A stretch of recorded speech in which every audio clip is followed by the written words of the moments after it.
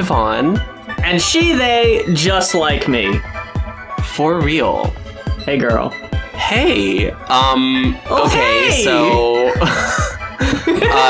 so off mic, right before this, you were just doing like a little catch up, and you told me something very important and interesting. So yes, okay.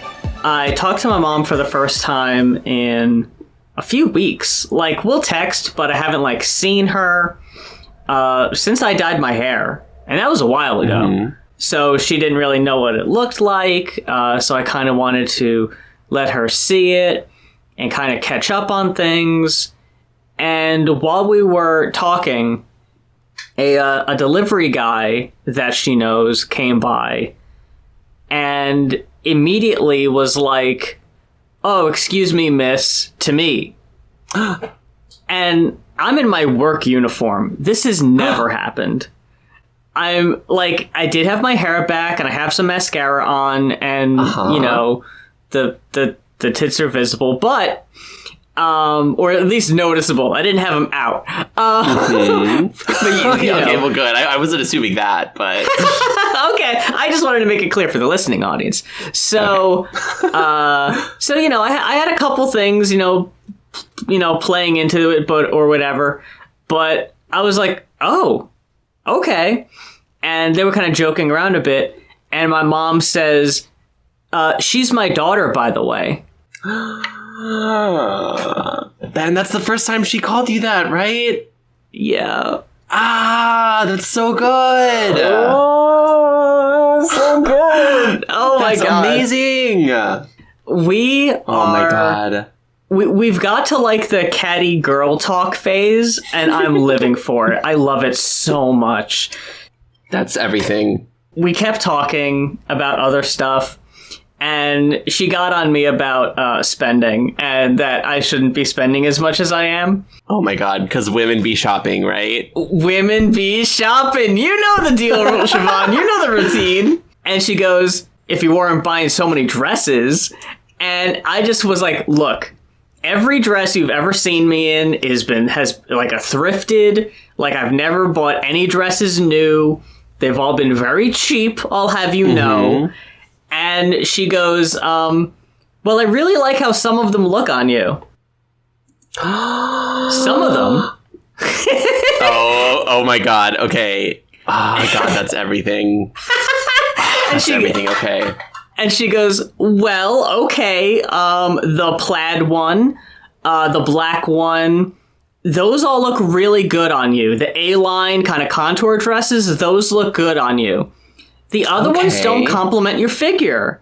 We've gone from I don't like you showing your belly in outfits to now we're discussing me showing off my figure. And it's like, huh, okay. Yeah, it's very much like very classic mom and daughter stuff, you know? I know. Actually helping you, giving you good advice. It's, you know, maybe it's a little misogynistic, but also, classic mom shit, right? I tweeted the other day that, like, my mom is convinced that she's the only mother in existence who hasn't traumatized her daughter somehow. And I mean that, but also, like, we recently had conversations like this where it's like she has like accepted me as like her daughter now, which is really powerful, right? Mm-hmm. Oh, finally, everything I ever wanted. And you open it up and it's like, ooh, still a mixed bag, right? There's still a little bit of misogyny in there, but you know, like, at least it's misogyny. It's that thing that I had told you that I had seen a TikTok about calling it euphoria. Yes. It's gross and it doesn't feel good, but it's also kind of affirming at the same time. So it's kind of good for now, but it's probably not going to be good down the line. It's like, I'll take it now because this is the feeling I crave and it gives me the dopamine. Yes. But somewhere down the line, it's not going to feel so good. Yes. Any rude interaction with a man, I chalk it up to misogyny at this point. And it's like, you know what? He's just being mean to me because he doesn't like women. He doesn't know how to talk to women. Honestly, yeah. It's just like, that makes it all feel at least a little bit better in the moment. But one other thing in the conversation that I really loved was she said she was talking to my dad and said, if Moth was born a female, I probably would have raised her different. Which, I mean, of course, right? Well, yeah. And my dad says, yeah, and I'm sure you would have held on to some of those dresses, too. Oh, yeah. And look, if I got my hands on 70s and 80s dresses, my God. I'd be wearing those shits all the fucking time. Are you my kidding God. me? Yeah, that's everything. Holy shit. Ugh. So what do you got going on, girl? Okay, well, things are really complicated in the life of Siobhan right now. There's, like, you might see on my Twitter, I'm going through a breakup and, like, some other things. But a big one that's happening is there is a very, like, odd man in my life who I work with, who has an odd man, and he's a dorky ass yeehaw motherfucker who I work with, and he has like fucking mutton chops, and he wears like a cowboy hat to the field, and I have the most upsetting, unfortunate crush on this man I think that has ever been. Okay, and like, it's so painful to be a bisexual trans woman, 1 year HRT, crushing on a cishet man with a girlfriend. It's like, this is so hopeless. Like, but he is so interested in me, Moth. He's like, coming over to like my block at the excavation I'm working at all the time. And he's talking to me and he's flirting with me and like doing a lot of like stuff like that. And it's like, what's going on so here? Cute. I love it. Yeah. And like, I want to do unspeakable things to this man, but I'm not going to because he's monogamous and has a girlfriend, right? I'm into ethical non-monogamy, and that would not be very ethical. But still, like, it's curious, like, why he's, like, doing all of this, right? So, yeah. The thing that I think is going on is that he, like, misses his girlfriend and he wants friends, but the only way that he knows how to, like, interact with and be friends with women is by flirting with them. So that's what he's doing. And then the thing with me is like, I'm just really funny and flirty in a way that he's not like used to. And he has no natural immunity to it. So I have him basically like eating out of the palm of my hand, but for no reason. Right. So today he was texting me very randomly outside of work hours. I was like, thinking of me, scandalous. I see. Yeah. And he like wanted to set up like a Spotify blend with me. So we did that. And it's like really funny because it's like very obvious like which are his songs and which are my songs. Because it's like, I can see that. Yeah, it's like it'll go from like Zach Bryant and like the Mamas and Papas to like Damage and then Against Me and then Can of Bliss. Like back to back. And it's just like, you can tell that, he is a yeehaw ass motherfucker and I am a transgender anarchist. You know what I mean? It's like very clear. I like the culture you're exposing him to. Yeah, me too. And I'm really doing my best with it too. Like, he lives in DC and I was like, yeah, if you ever go out in the DC scene and you invoke my name, you better not act a fool. Because, like, if you ruin my chances with the two DC trans women who I'm in love with, I will end you. And he was like, oh, do you actually, like, know, like, that many, like, women in, like trans women in DC? Like, and I was like, yeah, actually. Like, there are definitely two that I'm like, they're into me and I'm into them kind of thing. And then I also know like 6 other like trans women who live in DC. You know what I mean? And he was like, how? And I was like, my life shall remain a mystery to outsiders. So needless to say, there's a lot happening in my life. And Mutton Chops Man is just a very fun little like side project I have going on, I guess. I don't know what you would even describe this kind of friendship, but he's an interesting variable thrown into your mix here. Yeah, he is. We have to account for mutton chops. Yeah, much to consider, yes. Very concerning, very interesting. I didn't want to make this a whole big topic, especially since last week I talked about jorking it, so I don't necessarily want to again. But one thing I did kind of want to say, and I just kind of want to put this into the ether, okay? This is, consider me manifesting this, because I think we all would benefit from this, and maybe something that some people haven't necessarily thought of. But I know there's, like, the trans category of porn, right? Yes. Where it's like, here's where you see the trans people making the porn. I think it's high time, Siobhan. Okay. That we get porn for trans people, specifically. Yeah, I agree. You know, Benny from Twitter. Oh yeah. God, what's her username? Benny.gay on Twitter. Yes. I believe she started like a subreddit around that a few months back, where she was like, I want to, you know, because she is a sex worker. She does like make pornography, and she was like very interested in like doing that kind of thing, like making porn that was like for trans people. And I'm such a huge fan of that because like, yeah, you know, I mean, I don't watch porn a lot, you know, especially not like I used to, like pre-transition, but like when I do, I want to see people like me in it, and it just sucks always having to like put on the fucking gas mask, like go in there and be like, you know, tranny does blah with her she-male cock and all that stuff. I'm like, I don't want to see those like horrible fucking titles, or like people being called like sissies when they're like clearly trans women, or femboys, you know what I mean? When it's like, you know, the way it all gets like mixed up because it's like for like cis-het men, basically. Yes, that's exactly it. It's the cis-het gaze that it's all targeted and marketed towards.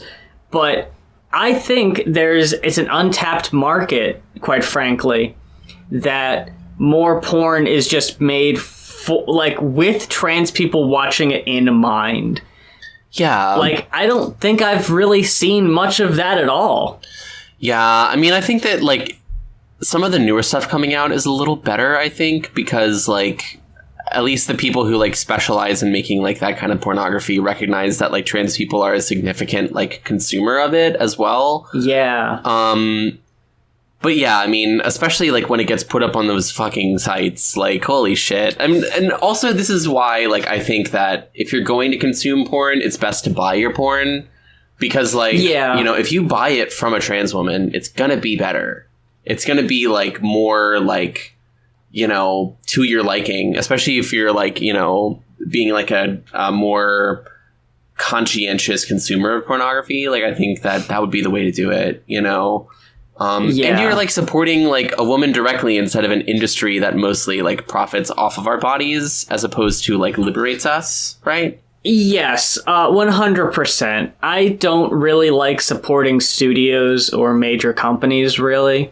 Yeah. I know a lot of people have worked with, like, Groovy and stuff like that, and, you know, if people have good personal experiences and testimonials from that, that's all well and good, but ultimately, I would much rather subscribe to a trans person's OnlyFans or buy videos from their ManyVids specifically, rather than going through a big company that I have no idea how much money, a percentage the performers actually get in the end, you know? Exactly, yeah. And, like, you know, especially if, like, they're more responsive, you can also, like, one thing that I think is good to do, and I don't know if this is, like, perhaps illegal to suggest or whatever, but, like, you could even avoid... Yeah, you can even avoid, like, paying through, like, OnlyFans or ManyVids, which are companies that still take a cut out of it. And you can, like, message them and be like, can I just buy this from you directly? Like, I'll directly give you money and then you directly give me the product, so that like you get 100% of the money. You know what I mean? Like, that's an even better way of doing it. I don't see how that would be illegal. That definitely is a better way of going about it, I would think. Especially because they would get 100% of the revenue, yeah. Yeah, absolutely. I am more of a porn consumer these days. Not more so than I used to be, God no. But compared to what you had said, your habits are. And I would say some of my favorite stuff really is like the kind of glimpse into, you know, like it's not a big... it's not like a big presentation. It's very real. You know what I mean? Yeah, absolutely.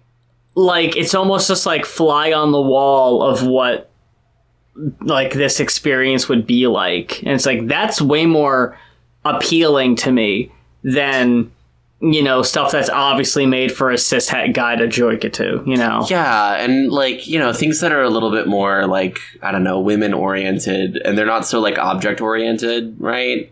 Like, right, yeah. I don't know, but that's also why, like, to be honest, I've been reading a lot more, like, as a means of, like, you know, finding, like, a sort of, like, appropriate fantasy, if you will, because it's, like, to me, it's... Like smut?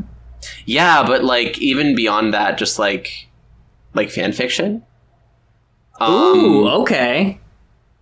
And things like that, because it's like, you know, it's more about like the people themselves, and that like gets me into it more, or just like straight up like, you know, imagining scenarios in my head to yearn to and not get off to at all. That's what I've really been doing a lot of. Oh. And yeah, that's certainly painful and less fun, but yeah, I can see the appeal to it, but also the downside, yeah. But this week on the show, with all that out of the way, this episode was going to come sooner or later. We've been talking about it probably at least once in almost every episode. I think it tends to come up. And also, God, like, what a series of things to discuss before we discuss this record. I feel like, you know... Oh, God. It's like, you know, I don't want this to have like a Bible study feel, but it does feel a little bit like that. We're like, yeah, anyway, so that's what I jerk it off to. Anyway, if you could turn your Bibles to, you know, like... Yeah, that is very true.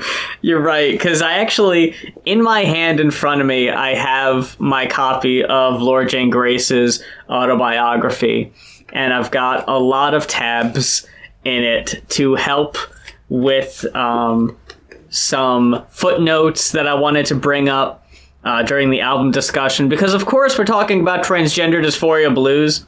Hell yeah. Quintessential listening, I would say. I think we talked about it recently, that it kind of took us a while. Well, I don't remember if it took you a while. I remember saying that it took me a while to listen to it. I don't know what your personal experience with the album was. That was absolutely my personal experience with it. I think I have talked about this a little bit on the pod before, but basically, like, I was into Against Me in, like, middle and high school. Oh, cool. So that would have been, like, you know, late 2000s, early, like 2010, you know? And then I very distinctly remember Laura Jane Grace came out, and, like, it was like, I was on Twitter, and it was like back in the day when like Twitter was a thing that mostly happened through SMS, like not even on an app. To give you an idea, I opened up my flip phone and I looked and I saw that Anthony Ranieri, the lead singer of Bayside, had quote retweeted like a punk like music magazine that had said, you know, lead singer of Against Me comes out as trans, and he had quote tweeted it and said, "What the fuck?" So okay, interesting. Okay, so that was my experience with discovering that Laura Jane Grace had come out. Damn. And I remember being like, wow, that's crazy. And I also remember like being like, well, I guess against me is done now. Like, I actually thought that in my fucking brain. As we get into the discussion, that's not really that far out of thinking of how very real possibility that was. And I am a little, like, ashamed of that thought, too, because it's like the concept of trans people always filled me with such fear when I heard about them, because I like, knew that that's what I wanted. It was, like, a deeply held desire. And, like, that was the case as well. I was like, oh, my God. And the other thing is, like, when I was like, in high school, I really wanted to be a musician. I was, like, in punk bands. And, like, I remember feeling like, oh God, could you imagine that? Like you make it and you're like this really like big, important punk band and you're the lead singer. It's like you got everything you want. And then it's like, and now you decide that being transgender is more important than this dream. And I was like so afraid by that. You know what I mean? After that, like, you know, I continued growing and changing as a person, and thank God. And I knew this record had come out, and I knew a lot more about myself. I'd like actually met trans people, but I knew I couldn't listen to this record because I knew what it would do to me. It was like during my repressor era. So like the first time I listened to this record was this year, 10 years after its release, after I transitioned. Yeah. Then we are in the similar boat, because I had mentioned on the show before that I'd listened to the title track and it was empowering to me, because at the time I only saw myself as being pansexual, but as far as I knew, cisgender.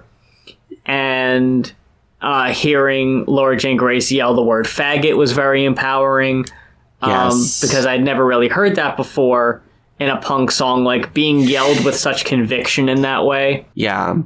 I didn't listen to the rest of the album, and I think there probably was also just kind of a radiating like pulse around the album, a fucking electric fence almost around the rest of the album, because I wasn't into Against Me as early as you were, but I think I started listening to Against Me, again, oddly enough, when I'd heard that Laura Jane Grace had come out. Yes. And I went back and I listened to all of the albums before this one and stopped for some reason. And that's where their discography ends, right? Yup, and that's it.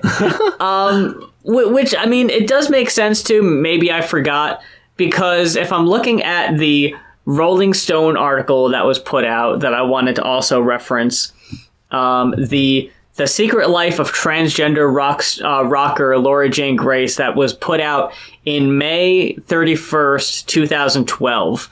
That's 2 years, almost 2 years, before the album came out. So there was a 2-year period between coming out to Laura's friends, loved ones, and bandmates, and the release of this album. And reading the book, it definitely sounds very tumultuous, and honestly a miracle that we got the fucking album at all, which is amazing.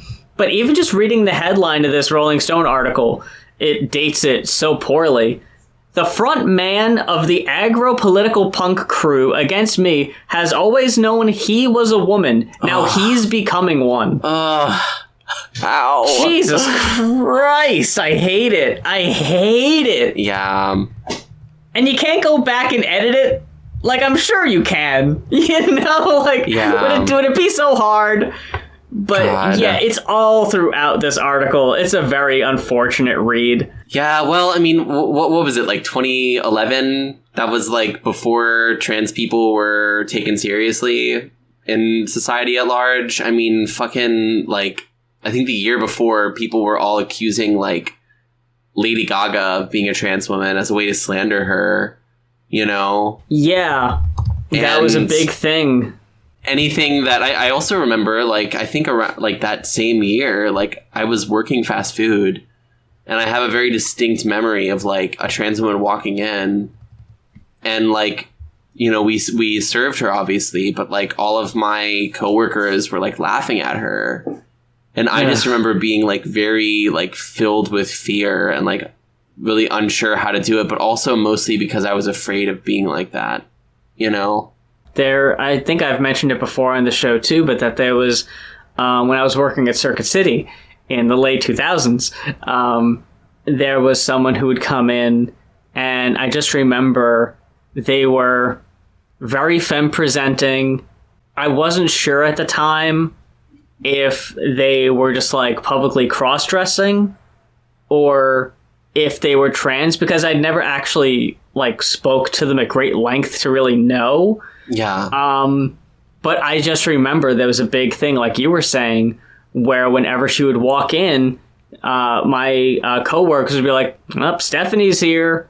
Like, hey, everybody, come gawk at the transsexual, you know? Exactly. Yeah, that was totally the vibe in my experience as well. Like, it was awful. I actually remember, I just remembered this, that I was talking on the phone with my girlfriend at the time, who I worked with at Circus City, and was talking to her about Stephanie. And just like about how attractive I thought she was, and how like I admired her confidence. Like, it's so mean to talk about her in hindsight like this, to be like, I don't know if you're trans or if you're just cross-dressing, because like when you're that young too, you know, you don't really know how to deal with that, because it's never been something that you've been face to face with, you know. Up until that point, the only trans people I'd ever seen were on TV, and we've talked about how we were usually portrayed on TV, and it was never in a positive light. But I was just so inspired by how this tall, super leggy woman, like long as fuck legs, and like super shiny, smooth legs. I remember, I need with that. like really short skirts or just like shorts, like showing the fuck out of these legs. Very cunty, like had big glasses on, and like you could just tell that she knew that people were looking, and she just did not give a fuck. And I thought that was so hot. Yeah. I need that energy so bad, and I try to evoke it when I can, like when it's appropriate, but it's difficult because, to be honest, I'm afraid a lot, you know? I get that. Yeah. It's hard for me to serve the same exact energy as Stephanie did, because I'm considerably shorter than she was. Like, I feel like she had to have been over 6 feet. It's just hot. Really like supermodel tall, like obscene. Yes. And like I try to, you know, and I think I serve to a considerable degrry. I would definitely agree. Yes. Thank you. And I've never mind. I ain't gonna say it. No. What? I fucking told you that you look hot as fuck in your outfits too. Well, thank you. Yeah. I think we're doing quite well, I will say. I would definitely say so. And like I said, like for just a year in, you're fucking killing it. And I'll tell you that every goddamn week. Babe, because you really are. You're an inspiration. Thank you. Yeah, I finally listened to the album around the same time. What happened was, when I first came out to my parents, it was very soon after I started listening to this album, and I, because me and my dad bond over music a lot, I told him, I was like, hey, if you want to listen to an album that deals with, like, transgender issues, you know, this is a good place to start. Yeah. And we haven't talked about her recently, but there was a period where he was like low-key obsessed with Laura Jane Grace, and I don't blame him, quite frankly. Whenever we talk about Against Me or I listen to the album, I kind of fall down an Against Me rabbit hole for about a week or two, where I listen to all of the albums, I watch a bunch of videos, and just like I like the look that Laura is sporting now, the very like the buzz cut, very punk rocker chick, but the long hair, freshly out Laura phase, you know what I'm talking about? Absolutely. That era is so fucking powerful, and I could watch videos of her performing all day. Just the energy, so good. It's so good, yeah. And she's always been so hot. Like, I know, fuck. I know this is like back-to-back episodes. 1 week we're talking about Damage, the next week we're fucking fawning over Laura. But look, you can't blame us, okay? I mean, it's so true. We're only human. It's so true. We're only bunnies after all. God, yeah. don't at me, but it's so true. But yeah, like, I mean, also just, I don't know. I'm like appreciative of Laura Jane Grace in a way that is like very different from the way I'm appreciative of Damage. Like Damage to me feels like a peer, where like Laura Jane Grace feels like my mother. You know what I mean? Yes. Like, yeah. Like Laura Jane Grace is like, you know, I respect her as like an elder. So like when I say like she's gorgeous, she's beautiful, I mean it in this like hagiographic way. Where like, and you know, hagiography, for those, you know, those who don't know words, is like the process. I don't know words, I'll admit. Is the process of like creating a saint, you know? Oh, like, okay. So when I like appreciate like Laura Jane Grace hagiographically, I'm saying like, you know, I like, to me, she is this like figure worthy of like veneration, you know, and like, not that I really do this with Damage either, but I don't imagine, like, I don't fantasize about, like, me having, like, sex with Laura Jane Grace or anything, okay? I can't even imagine what that would be like, because it would just be, like, there's, like, it's, like, you know, like, the Greeks used to think that in order for gods to even have sex with, like, mortals, they would have to transform into animals, because, like, their true form would, like, blind and kill mortals on sight. It's, like, that's how I feel about Laura Jane Grace. Like, I can't even imagine that. I can't even imagine, like, really being in the same room with this woman, like, in any meaningful way. That's not, like, her on stage and me, like, in the pit. You know what I mean? A really good friend of mine I actually found on Instagram, because the day after Laura Jane Grace played in Durham, and I was really wanting to go to that show, but things fell through and I wasn't able to make it out. I really wanted to find videos from the show or pictures or whatever. I just kind of wanted to be there in spirit. Like, yeah, I know what it looked like, you know? Yeah. And also just kind of tried to use it as if there were people that went to the show, odds are they're probably trans or at least queer in some way. Yeah. You know, maybe I can, like, make new friends this way by, like, searching who was posting videos or pictures from the show. And one of my really good friends, Chelsea, actually posted pictures from the show, and I had added her immediately after that.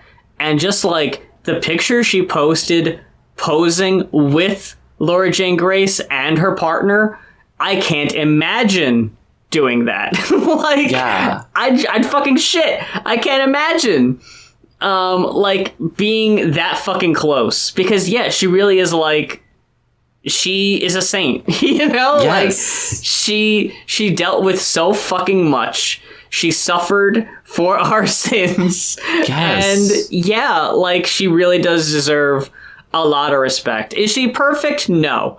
I know there's a chance we might get at least one comment about her sometimes sketchy political leanings, and you know what? No one's fucking perfect, okay? I mean, yeah, I'm willing to overlook that. Yeah, but yeah, it's sort of like, you know, especially when I talk about like artists and things like that, often I'm not even talking about the real person. I'm sort of talking about like the character that's created through like a life in the spotlight, as well as the art that the person creates. So to me, like, Laura Jane Grace is not necessarily the woman, but like the like poetic voice and the, you know, vocal voice, like, who like sings to me and helps me through these like really hard times in my life. You know what I mean?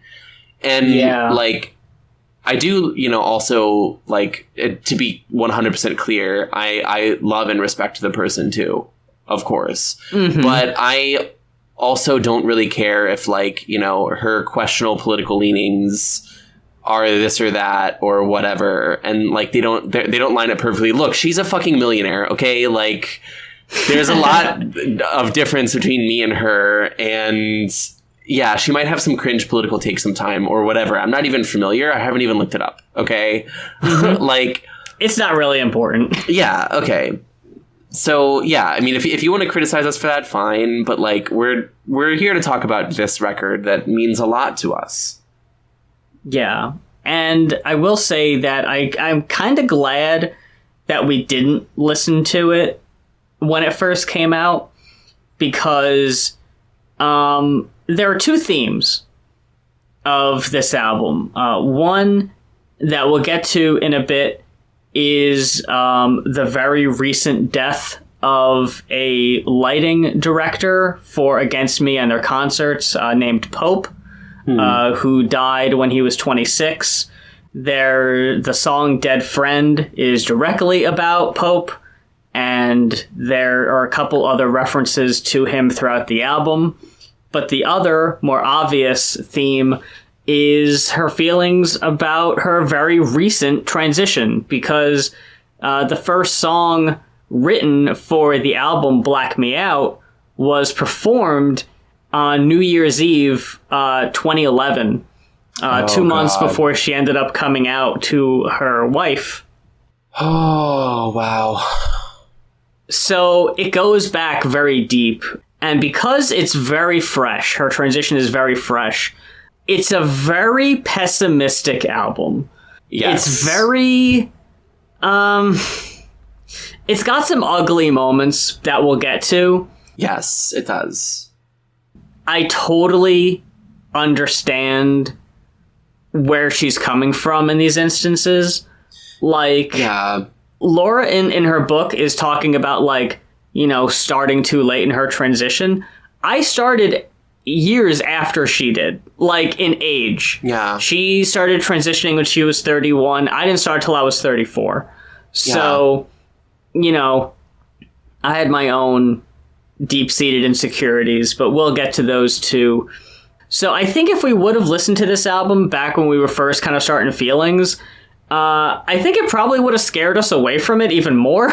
Yeah, that's fair. That's a good thing to consider, especially because, like, you're totally right that it is a very pessimistic record, and I've never really thought about it that way, because for me, it's something that, like, helps me through my dark moments, but it is very pessimistic, and, like, that's, I guess, the first time I've really considered it that way, but you're 100% right, and I think the joy and, like, the beauty and, like, the, what it does for me is the catharsis of that, like, of yes. like being able to like sing about like the worst, like darkest thoughts that I have, and like the way that I look at myself when I hate myself. You know what I mean? And I mean, the record is called Transgender Dysphoria Blues. Like blues and also dysphoria. So it's like, yeah, like this is a song, or this is a record for the dysphoria days, I mean, it's not going to be uplifting at all. Yeah.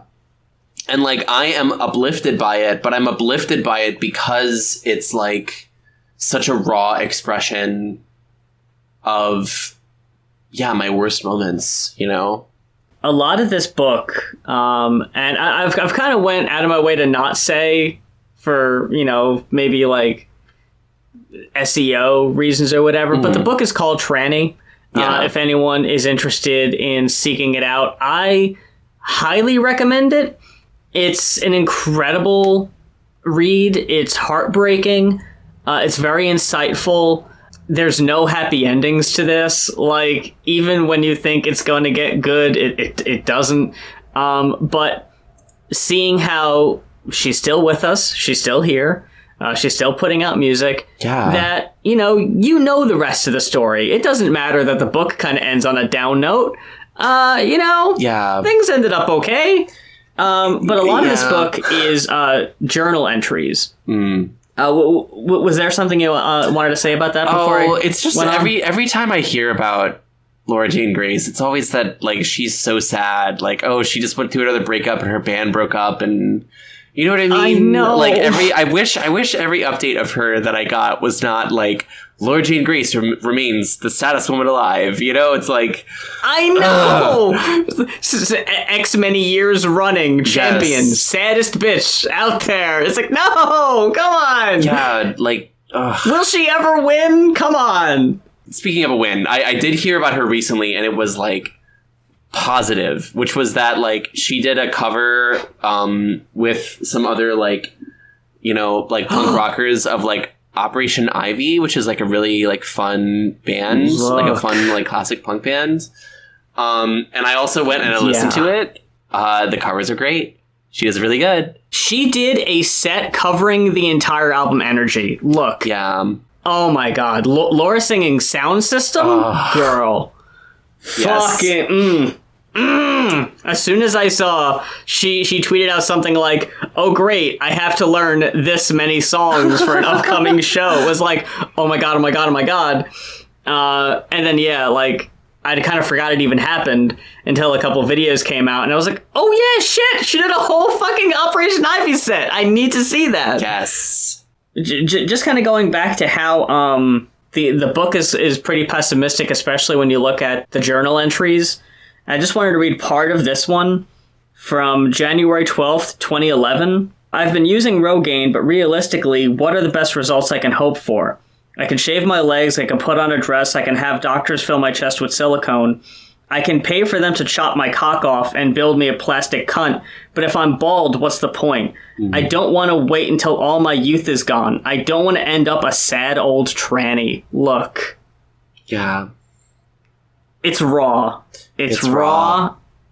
And I fucking get it. Like, with how bad my fucking hairline was before I started transitioning, I thought it was fucking over. Like, yeah. I did not expect anything with fucking hair regrowth. So what I have experienced has been fucking miraculous to me. And, you know, it's not nearly where I would like to be, but I'm so grateful that hairline came back at all, because that was one main reason I was really worried about starting transitioning in the first place. Was, you know, I'm in my 30s. How much effect are these hormones really going to have? So that was a big fear of mine, and luckily for me, I think it's turned out okay. Recently, I was talking to someone that I know in my personal life who is, you know, having a gender crisis right now. And I actually like showed this person like photos of you. And I was like, see, this is my friend Moth, like, you know, and like she was able to regrow like so much, because it's like the combination of feminizing HRT and Rogaine is like incredible. Like, it's really like transformative. You know what I mean? So I would absolutely say that you've done very well, Moth. Like, to be totally specific. Thank you. Yeah. And also, like, looking at like photos of like Laura Jane Grace, she's also done like very well with hers. Now, I don't know if she had like a, you know, hairline reconstruction or anything like that. But I mean, she looks fantastic as well. And also, you know, I know and I have met like trans women who did not have successful like hair journeys in the same way, but they're also beautiful, and like wigs are a wonderful option still. So like, just wanted to say all that. Diving in, the first track on the album, Transgender Dysphoria Blues. Where to even start with this one? It's definitely just a taste of what we're going to get on the album. It deals very much with Laura's insecurities, I guess expectations of how the transition is going to go. Oh, excuse me. How the transition is going to go, and how she's perceived. Like I said, actually, I don't even know if I said this on the show, but when I started HRT, I had them start me on the absolute lowest dose. I was like, okay, yeah, just give me 1 milligram a day. Oh, wow. Because at that point I was like, I want to be androgynous at most. Okay. Because I just knew I didn't want to look masculine. Right. That was as far as I knew. So I was like, if this could make my skin softer, that would be nice. If I could possibly grow some hair back, that would be nice.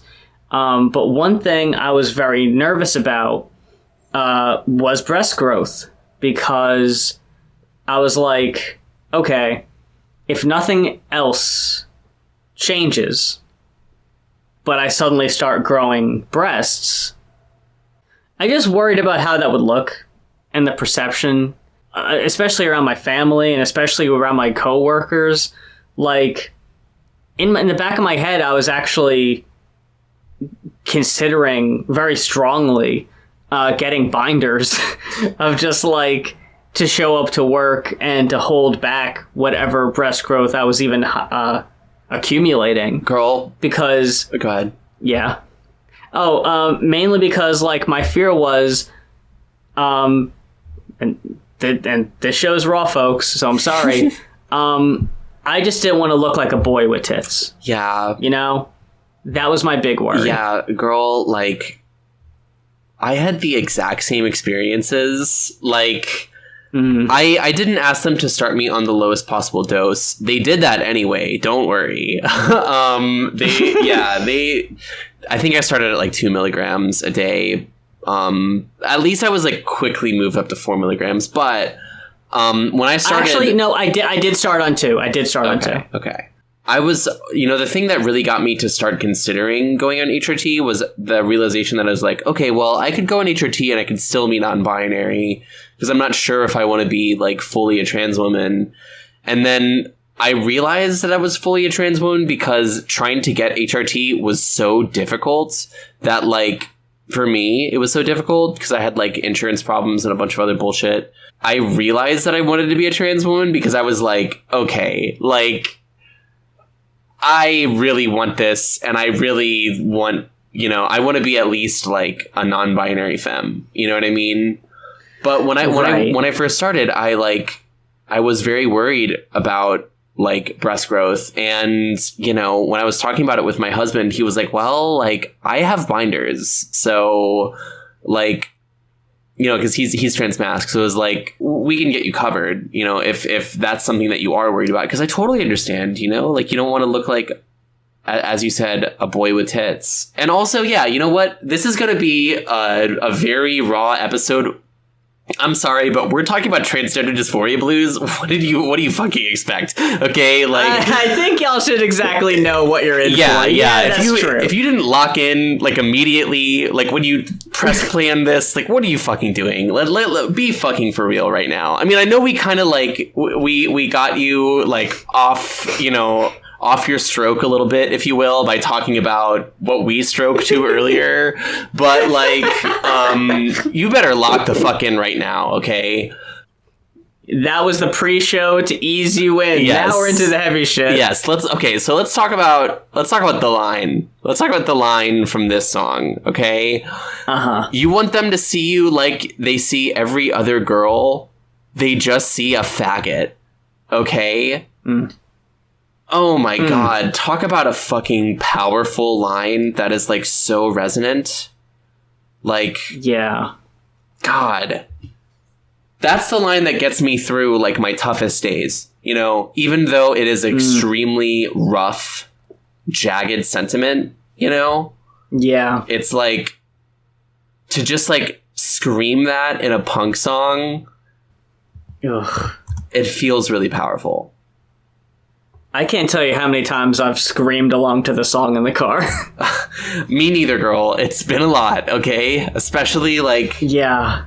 Oh my god. I tweet a lot about the gas station attendants being the bane of my existence, Fuck these fuckers, yeah. Yeah, because I gotta drive a lot for work, and I'm working out in the sticks all the time, and we gotta go to the gas station every fucking morning, and they misgender me like every day. Ugh, I think about them every fucking time. I'm like, don't you see my pretty overalls that are covered in flowers and my pink hat, motherfucker, and I'm wearing dangly earrings? You really think it's have a good day, sir kind of day? No, fuck you, right? Yeah. But, you know, you want them to notice the ragged ends of your summer dress, right? Yeah. You want them to notice these little things, you know? Yeah. Like, it kind of goes back to when we talked about the She, Her, Hers album with Never Pass. Yes. Of just the, like, yeah, ultimately, at the end of the day, for me, I want you to not see me as any different than a cis woman. Like, ideally, yes, that's the goal for me personally. And that's partially a safety issue because I don't know how people are going to react if they realize that there's a trans woman in their vicinity. So that's always kind of in the back of my head. That's a scary thing. But also, yeah, the validation just feels really good, you know? It does. Like that random guy just missing and mamming and little ladying me. I'm just like, that's fucking amazing. Like, you didn't know me from a fucking hole in the wall, pardon the pun. Yeah. And, like, just to come out with that was just like I'm doing the bare minimum right now. And I'm getting that. I was just like, that's all I fucking need. Like, that's all. I'm going to be riding that shit for the rest of the fucking week. Are you kidding me? Yeah, well, of course. There are, like, those moments where, like, someone does like, a stranger gender use correctly, you're like, let's fucking go. But then the bad moments when someone gets ya, right? Yeah. Yeah, it's rough. It's the, keeps you reminded, it helps you to remember where you come from. I don't need those reminders, Laura, but I understand. I know what you mean. Yeah. I mean, I think the better line for that is, you know it's obvious, but we can't choose how we're made. I think that one is the sentiment. I mean, I'm glad it's like, that's the verse 2 sentiment. That's like the take home sentiment, which is like, yeah, look, girl, we're getting through it. We can only change so much. And we got to live with the rest, and it's gonna be okay. Even though that last part is not in the song, but that's implied. Yeah, it's implied. It's in the parentheses. It's in the parentheses, please, please for me. I don't know who said it, but someone had said, "Surround yourself with clocky cis women." Yes, that's so helpful. Oh my god. It's so helpful to just realize that, like, women come in all shapes and sizes. There's no, this is how a woman looks, you know? Yes. Like, there's no textbook definition. So when you see women that are unfortunately, like, kind of becoming a innocent bystander in the whole, you know, transvestigating bullshit of, like, now being questioned whether or not they're trans, like, there are women all over the place that, like, you know, are clocky, for lack of a better term. Yeah, absolutely. I heard... And it does kind of make you feel better about what you're working with. It absolutely does.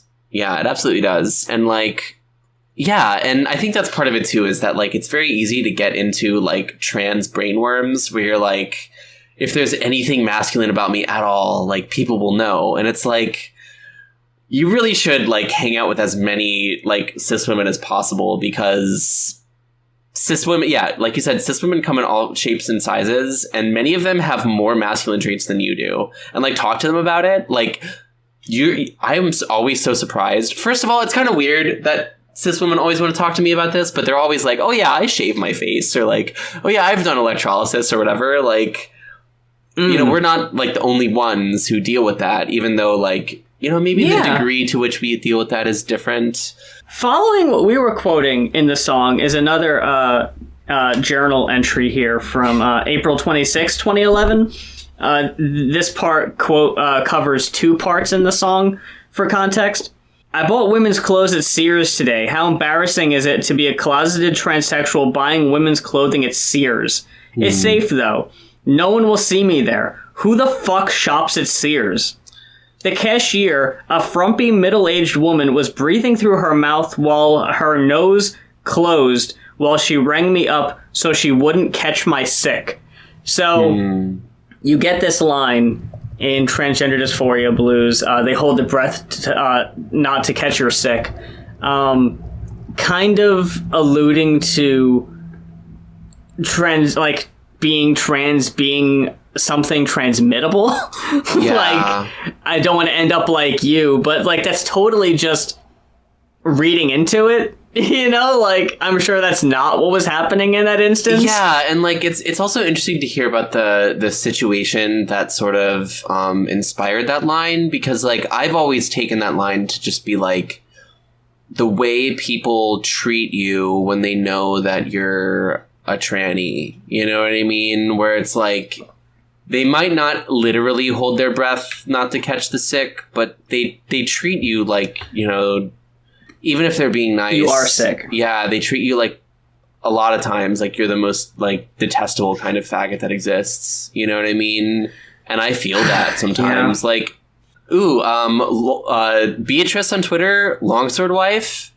Me and her went out to shop one time at a Nordstrom Rack in Dallas.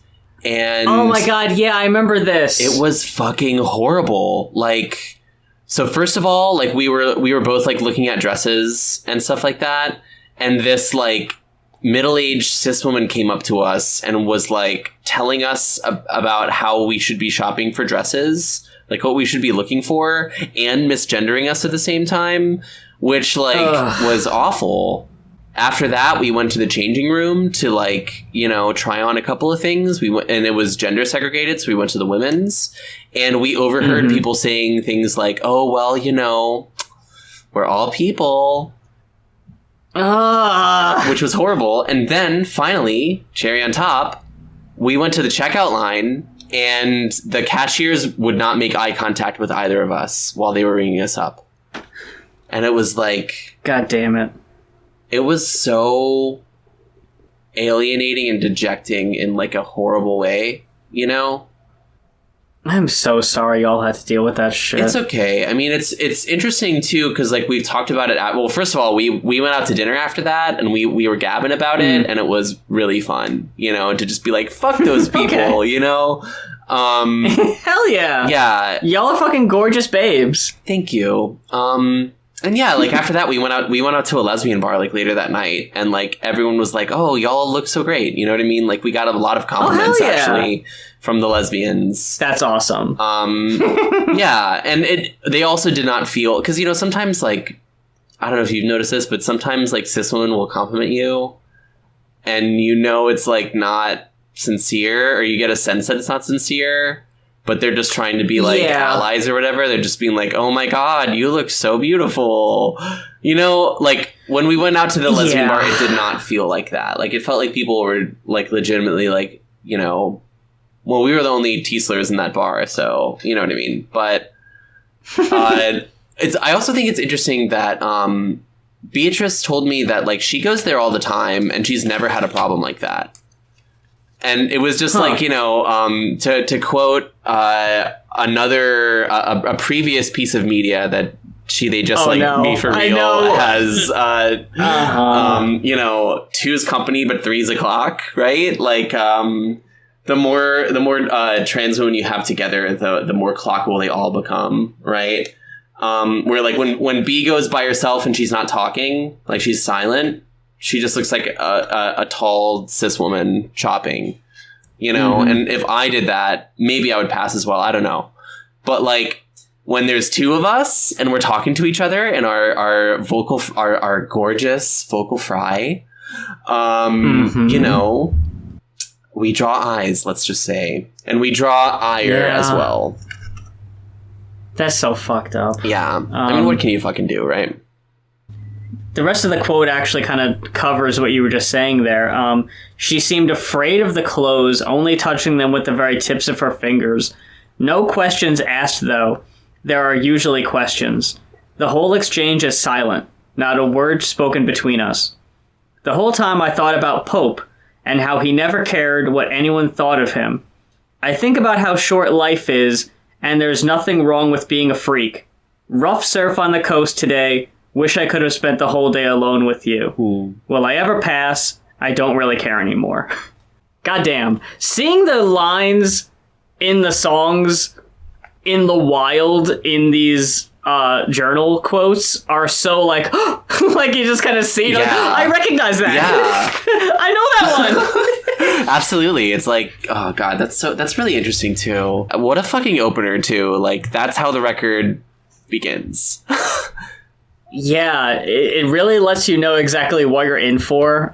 This album is not about to pull any punches. Yes. But, like, it's such a great fucking song. Like, I know we don't typically do, like, review speak, but the opening fucking drum riff of Transgender Dysphoria Blues and the, hey, to kick in it's so fucking good. I love it so much. Yes, absolutely. It's like, like, especially because I use this song a lot of times when I'm on a survey, or I use this album when I'm on a survey and I'm having a really bad dysphoria day and I have my fucking neck buff pulled up over my head. Like, I posted sometimes where it's like, I'm like, I can't wear a dysphoria hoodie, so I'm like, covered up as much as I can while being able to, like, dig holes in the Texas heat. And that hey is always helpful to me because it's like, it's time to go.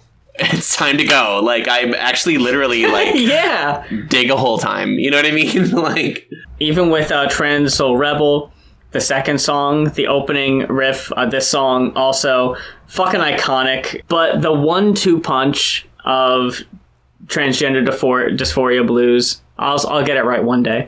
And Trans Soul Rebel is unbeatable. It's fucking untouchable combo. Well, yeah, because it's like, Transgender Dysphoria Blues hits you right in the gut and you fall over, and then True Trans Soul Rebel picks you up and it's like, it's okay, faggot.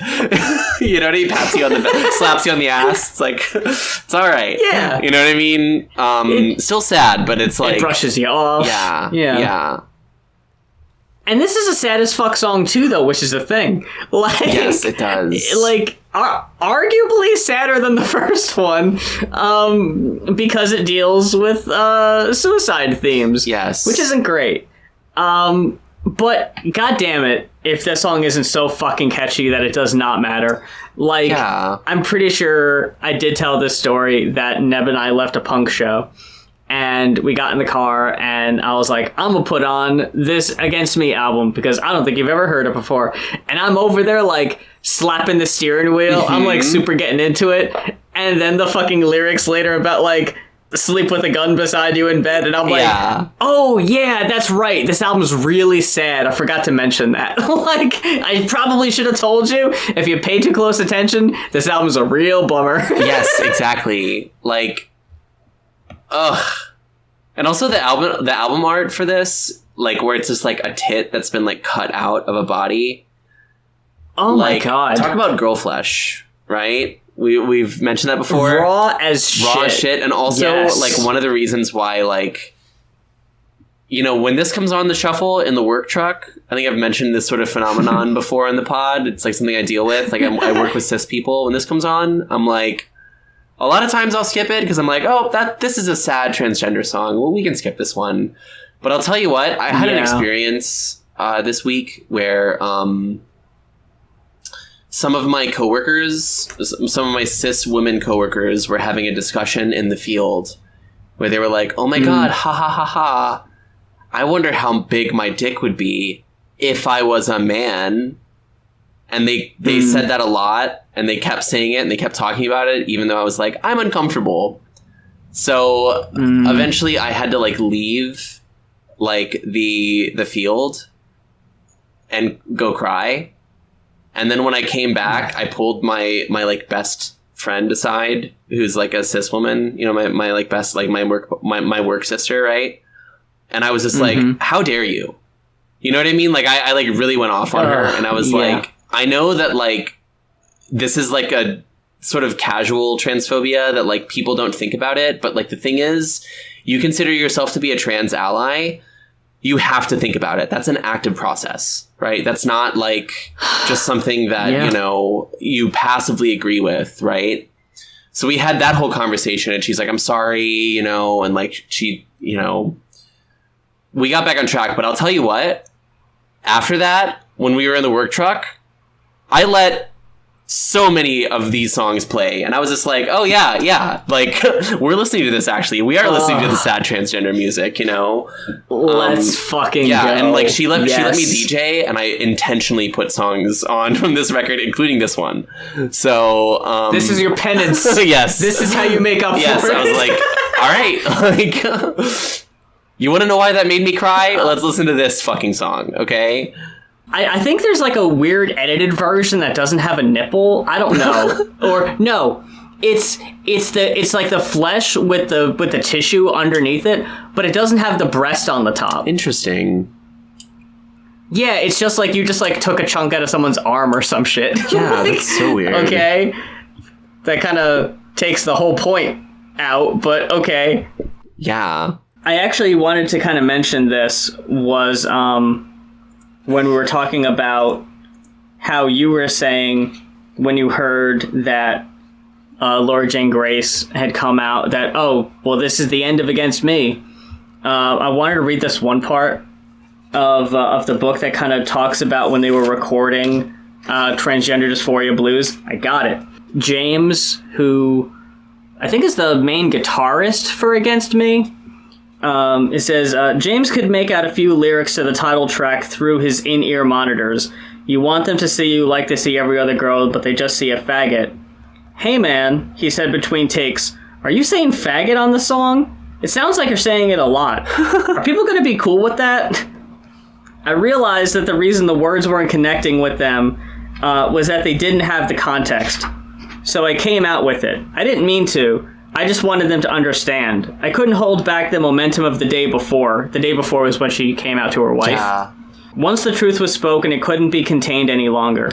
It's about me and how I'm a transsexual. This is something I've been dealing with for a long time.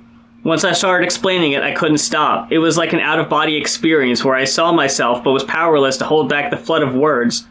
I want to start living as a woman and to be referred to as Laura. This is something I've thought a lot about, and it isn't going away, so I might as well embrace it. And, like, just how there's, like, you could hear a pin drop in the room. Of, like, no one knows how to respond to that. Oh my god, yeah. Then they're just like, okay. Like, then they do an awkward group hug, and they call it a day. Like, well, okay, I guess we'll start practicing again tomorrow, huh? Like, that's how they end the recording session? Oh my god. With that. Oh my god. And it just reminds me... Laura's talking to the like publicists and everything because they're like, hey, you know, here's how we're gonna go about promoting this album. I'm trans, and the album's about me being trans. They say, okay, well, this sounds good, Tom. Like they immediately. No. And this is what happened to me at work, where I was talking to my two managers at the time and told them, this was way back, that I was non-binary and I wanted them to refer to me as they, them. And just the whole time I was talking to him, just staring at the floor, not making any connection with me. And when I was finished, the main manager goes, well, all right, man. Like, oh my god, look, get it together. What did we just go over? You know, do I have to refresh you already? It's embarrassing. But yeah, after this, the drummer quits the band first, then the bassist quits the band, and their manager quits. So wow. Everyone just kind of sees this as writing on the wall, or like this is a bridge too far. Like as far as the bassist goes, Laura and Andrew have kind of had differences of like control and direction of the band for years. So this was kind of like a tipping point. Jordan was like a fill-in studio musician who was a fucking prima donna prick who like didn't really care about the band anyway. And the manager was also like, look, I've been through so fucking much with y'all, I can't handle this, and just kind of bailed. So it was very likely that this whole thing really just could have ended the whole thing. Like, wow. If people just couldn't deal with it. Yeah. That's crazy. And it also makes so much sense because, like, I remember very distinctly this era, this scene even, like, East Coast punk in, like, the 2000s was extremely masculine. Like, punk rock is typically, are usually fairly masculine, unfortunately, because I think, like, girl punk is the best kind. But, you know, there's a reason why, you know, Kill the Boy Band exists, right? Like, that song. Yeah. Because it's extremely masculine. And, you know, also, like, you know, Anthony Ranieri and, like, Bayside is, like, an interesting, like, you know, Bayside is, like, what Against Me was. And Anthony Ranieri is, like, who Laura Jane Grace was. Like, they're very similar musicians in their, like, style and their, like, sort of what they bring aesthetically. After, like, I saw that tweet from Anthony Ranieri, I kind of stopped listening to Bayside as much. Yeah, that's ridiculous. Even though, like, I didn't know anything, but I was just, like, something gave me the ick subconsciously, and I have not gone back. I have no idea what he thinks these days or anything like that, but just, like, I don't know, that's a pretty shitty, like, first response, you know? But also it's sort of par for the course of the time and the scene, you know? It really does suck how you look at punk in, like, the 80s, and so many bands are like, fuck machismo, fuck the, you know, the fucking jocks at school, man. They're fucking bullying us. And you look at the fucking front people or whatever, and, like, they were pretty, like, dorky. They were kind of nerdy, kind of scrawny dudes. Yeah. And yes, somewhere along the line that changed, and I'm not exactly sure. It was hardcore. Maybe it was. It was hardcore, 100%. Like, it was the, like, hardcore punk, like, Black Flag, like, you know, and not necessarily just Black Flag, but, like, especially the people who were really influenced by Black Flag and, like, that kind of, like, punk. I think the metal influence on punk. Every punk dude that looks like Henry Rollins, like, has been terrible. Has been, like, that I've met in my life, you know, that, like, has been, like, homophobic, right? Or, like, full of machismo. And, like, what's interesting is, like, Henry Rollins is very much not that, but, like, it sort of shows you, like, the influence of that kind of guy, where it's, like, really muscular, lots of tattoos, black shirt, jeans, belts, you know what I mean? Ripped up jeans even. And, like, Laura Jane Grace, like, has, you know, when she was identifying as a man, she was very much in that, like, in that genre of dude, you know? It was all black shirt, black jeans. Yeah, absolutely. And that's also one of the reasons why I think she's, like, so beautiful now, is that it's, like, she's so feminine, even though, like, she has so many tattoos from that era, and, you know, has, like, continued to, like, be tattooed, and, like, still kind of has that general, like, punk energy vibe. She's very feminine, and I think that is so liberating for me, especially. Correct me if I'm wrong, but I think it might have been one of B's tweets. I think it was. That was talking about a trans woman that can embrace her masculinity. Yes, absolutely. Is so much more powerful than a cis guy expressing his masculinity. Or his femininity. Because, like, femininity, yes. Okay, thank you. Like, coming from where we came from, and, like, I don't know about you, I'm gonna just go out on a limb here from the fucking pictures I've seen. I don't think either of us were ever super masculine. Yeah, I mean, even when I was trying, I still had, like, super long hair, and I was, like, still very, like, painting my nails all the time and shit. You were painting your nails too? Fairly frequently, yeah. Dang, okay. Still cis, though. Yeah. Still cis, though. Yeah, you were putting yourself out there way more than I was. I mean, I didn't until way much later. Because, like, I think about that, because we were just talking about earlier about, like, you're super critical of yourself and you overanalyze everything. But then just at work today, 2 women on our break were sitting in their chairs, legs spread so fucking far apart, leaning forward on their phones like you would imagine a dude would, you know? Absolutely. Of just like, huh, that's interesting. And, like, I think at this point, because I have a show coming up next month, me at a wrestling show is that. Hell yeah. Because I am very chanty at a wrestling show. I will join every fucking chant. I will jump up. I will be very involved. And yeah, that's not exactly feminine to be chanting, you know, fuck 'em up and, you know, shit like that. Yeah. To be chanting holy shit when someone does an incredible fucking spot that looks like they fucking died. Hell yeah. And I love that. That's the fucking raw energy. That energy comes out really only at a wrestling show. And this will be the first wrestling show I attend where I am like fully femme presenting. So this should be interesting. That's so exciting. You better send me pictures and post them. I want to see and hear all about it. There, you know, there's not a whole lot to True Trans Soul Rebel, just to sort of refocus us on the album real quick. But like, especially the lines like, the opening line, all dressed up, nowhere to go, walking the streets all alone. Another night to wish that you could forget, making yourself up as you go along. I actually very directly had this experience. I was recently in New Orleans for like a professional thing. I put on a black skirt and a shirt and a full face, and I was like gonna meet up with some of my gay friends, and they canceled on me last minute. And I was just walking along fucking Bourbon Street in New Orleans by myself in heels. Like, oh, wow. Yeah, and I didn't have anywhere to go, so I literally just walked up and down Bourbon Street a couple times, and then I bought myself a drink at a bar. You know?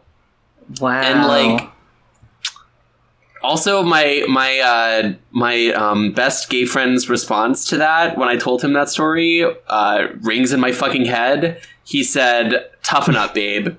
And I was just like, oh, damn. Okay, asshole. Like, sure. I guess I will. What the fuck? So whatever. Like that happens. But yeah, like that's sort of like what I remember whenever I sing this particular song, you know? And then the like, you know, who's gonna take you home tonight, right? Yeah. And you know what? And then of course, anthemic line, "Does God bless your transsexual heart, true trans soul rebel?" Oof. My life ambition is to be at a Laura Jane Grace show and scream along to this part, because goddamn, oh my God, I need that. Can you imagine? She even talks about it in the book of like being surrounded by trans people singing along to this song has got to be one of the most powerful fucking experiences. I'd cry. I'd absolutely cry. I'd cry. Yeah. How can you not? Ugh. That is also what I think about every single time I sing that in the car. I'm like, I need to see this live. Yes. I need it in my life. But yeah, this is the first of two songs that directly address, what does this mean for me in my love life? What can I expect going forward? It's touched on later with Osama bin Laden as the Crucified Christ, which we'll get to in a second. It's never been my favorite song on the album, but it has been stuck in my fucking head for days. I love that song. I don't have a problem with that. I love that song so much. Yeah, this one talking about who's going to take you home tonight, all dressed up, nowhere to go. It's a very upbeat song that kind of makes you forget how sad it is. Oh no, I was just going to say, we didn't talk about it, but the whole, yet to be born, you're already dead, you sleep with a gun beside you in bed, follow it through to the obvious end, slit your veins wide open, you bleed it out. Yeah. Like, again, it's a super catchy song and I love to sing along to it, but yeah, it's a bummer. It's a bummer. What were you going to say? It's very dark. To me, the song sort of echoes the Against Me song from, I think it was like 2 records before this, maybe more, but it's like their biggest song, Thrash Unreal. Have you heard Thrash Unreal? Oh, yeah. Yeah. I love Thrash Unreal. Thrash Unreal is so good. Thrash Unreal is one of my karaoke songs. Oh, hell yeah. That's sick. I love that song. And it's been one of my karaoke songs for years because I was like, this is the one that I can sing. Because I hadn't transitioned yet. Right. But now I think I'm going to do Transgender Dysphoria Blues as my song because that feels better to sing for me. But it reminds me of that because it's also about an older woman who's past her prime, who's trying to relive being younger and knowing that the world has cast her aside and knowing the shame that surrounds her being and tries to enjoy life anyway. You know what I mean? And I think it's like in spite of it. Yeah. And I think it's really telling that Laura wrote that song, you know, and like that's what she was thinking about a matter of years before transitioning, you know. That song is a self-trans song for me, I think. It's like it's really about being trans, like, you know, the line no mother ever dreams that her daughter is going to grow up to be a junkie, you know? Oh, yeah. No mother ever dreams that her daughter is going to grow up to sleep alone, you know? And that's why I think it like kind of like this song sort of echoes that. And also, this most recent Mother's Day, my mom and I love to do karaoke.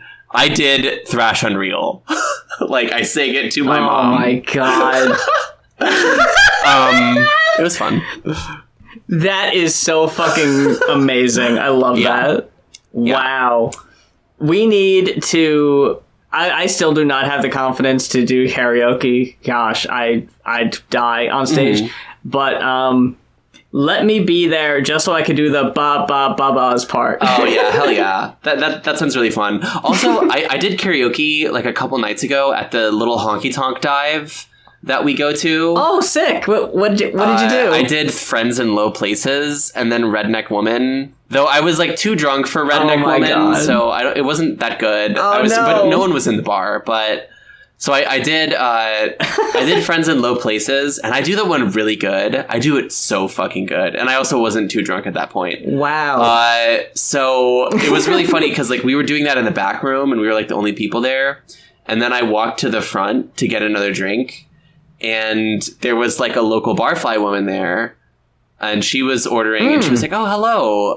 Are y'all doing karaoke back there?" And I was like, "Yes, I just sang." And she was like, "Oh my God, what did you sing?" And I was like, "Oh, I sang Friends in Low Places." And she was like, "That was you?" She was so scandalized. Aww. And I was like, yes, it's happening. Aww. Anyway. I am obsessed with Country Siobhan, by the way, because like... It's such a hard thing for me to picture. It's very akin to Mosh Pit Siobhan of like, it's very hard to picture that too. So like Friends in Low Places is such an amazing pick. It just reminds me of when I was like 12 and I was at my older cousin's wedding and her Navy husband and all his like Navy buddies were super drunk, like all like hugging and hanging on each other, screaming the lyrics of Friends to Low Places at the wedding reception. Yeah. And that's why I love doing it, because it's me and it's a song that everyone loves. So it's like the it's such an affront to their traditions. Exactly, like the good old boys like can't help it, like they have to sing along. And I'm just like, I got you, motherfucker. They begrudgingly sing. Oh, I love that. That is so fucking great. It's great. I didn't even think about that. Yeah, it's one of those like it's chosen specifically because it's like they have to confront my transsexuality, and also they love it, so they can't. It's like. It's just great. I really enjoy that. Okay, so the next song, we really, oh my God, we're like, I'm looking at the recording time and I know you're cutting some of this out, but it's at 2 hours. Of course. And we're only on song 3. Like, holy shit, girl, we gotta lock in. Like, we're talking too much about I know, I'm sorry. Shit. I gotta quit talking about wedding receptions and shit, but look, it's relevant, okay? It's relevant. Okay, Unconditional Love. Yes. I've always kind of been a little confused on exactly what... Like, I understand the core message, but it's way more abstract lyrically than the other songs on the album that I kind of lose exactly what it's supposed to be about. I think I got it. Because it opens with the, unraveling, unrolled, a siren in the night. I love the jaundice of your skin, its perverse plasticity. You make me want to smoke cigarettes. You make me want to smoke whiskey. And then later, don't worry, young suicides. The vultures will pick your bones dry, half digested and eternal, somewhere lost in the ephemeral. I'm like, I'm not exactly sure what's going on here. Exactly. First of all, Laura Jane Grace as a songwriter has always been extremely wordy. Like, she will sometimes put so many words into so few beats. I'm honestly impressed. Talking about thrash and reel, the way it took me a really long time in order for me to sing that song in karaoke, for me to actually get the rhythm down of the chorus, because it's so fast and all the words are jammed in there, Yeah, that's kind of how I feel about earlier I was yelling, screaming along to Paralytic States, which again, not exactly a sing-along song, but I love it. Me too. And it's very hard because it jams a lot of words into a bar. So yeah, that's just a thing she does. Absolutely. I think, okay, so I think the singer is, if we're talking poetry, right? I think the singer is speaking to different people. Right. So initially when she says unraveling unrolled, a siren in the night, she's talking about the siren in the night. She's talking about, I think, perhaps the woman who inspired thrash and reel. I love the jaundice of your skin. I love its reverse plasticity. You make me want to smoke cigarettes. You make me want to drink whiskey. You make me want to do things that are horrible and bad for me. You know what I mean? And then she says, okay, even if your love was unconditional, it still wouldn't be enough to save me. I think that's directed at her wife. I think... Yeah. That's what it is. It's she's I want to become this unspeakable thing. And I want to live my life to the fullest, even if it turns me into this despicable thing that people hate. And you say you love me unconditionally, and you say that at me as if it's going to make me not do it.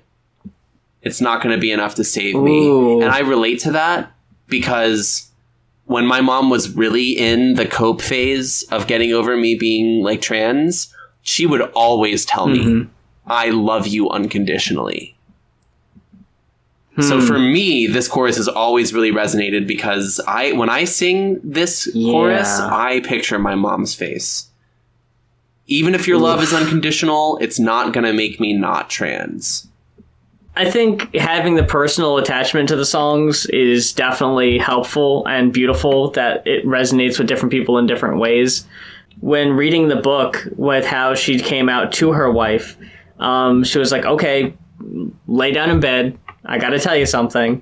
And says, I'm a transsexual. And her wife is like, wow, I thought you were going to tell me you were cheating on me or something. I'm like, haha, that's fun. And then later, her daughter walks in the room and they're talking, and his wife says he for Laura. And she goes, well, that's going to take some getting used to, huh? And his wife's like, what are you talking about? And she's like, I'm transitioning to be a woman. I want to be referred to as a woman. And only then did it actually click. Because I guess according to Laura's assumption, maybe up to that point she just thought I'd be casually cross-dressing around the house, in that kind of way. But no, it's a serious thing. This is gonna change everything. Actually, it just kind of felt like a joke at first, but then the weight, the gravitas of the whole situation, because she even talks about in the book, her wife at the time was I like men. I am not attracted to women. What is this gonna mean? And ultimately we know that the marriage broke up. It's covered in the book. So yeah, it's one of those that unfortunately did not work out, but it was already on rocky formation in the first place. The whole touring situation was putting a big strain on them anyway. So it was really hey, you hate living in the state we're in right now because we're surrounded by a bunch of religious people. You feel like you don't fit in because you're all tattooed and people think you're a Satan worshiper. You never see me. I'm never around for my daughter. Hey, guess what? I'm also trans. Like, here's another thing to figure out. It seems to be about, like, that feeling of, like, really getting into it, you know? Like, my authentic desperation, I'm addicted to the feeling, right? Like, you know, you want it so bad and, like, you're craving it. And then the thing that I relate to with this is prison cell exercises, solitary sport entertainment.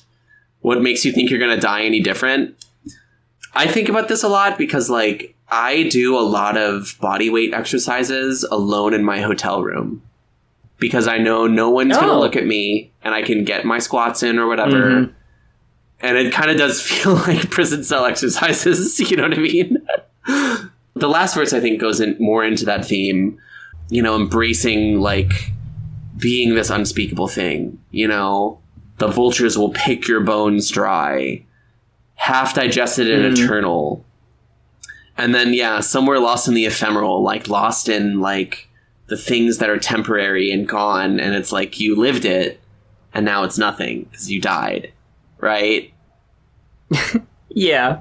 Ugh, she's such a good fucking poet. Like, honestly. Yeah, I think tragically underrated. Yes. I absolutely agree.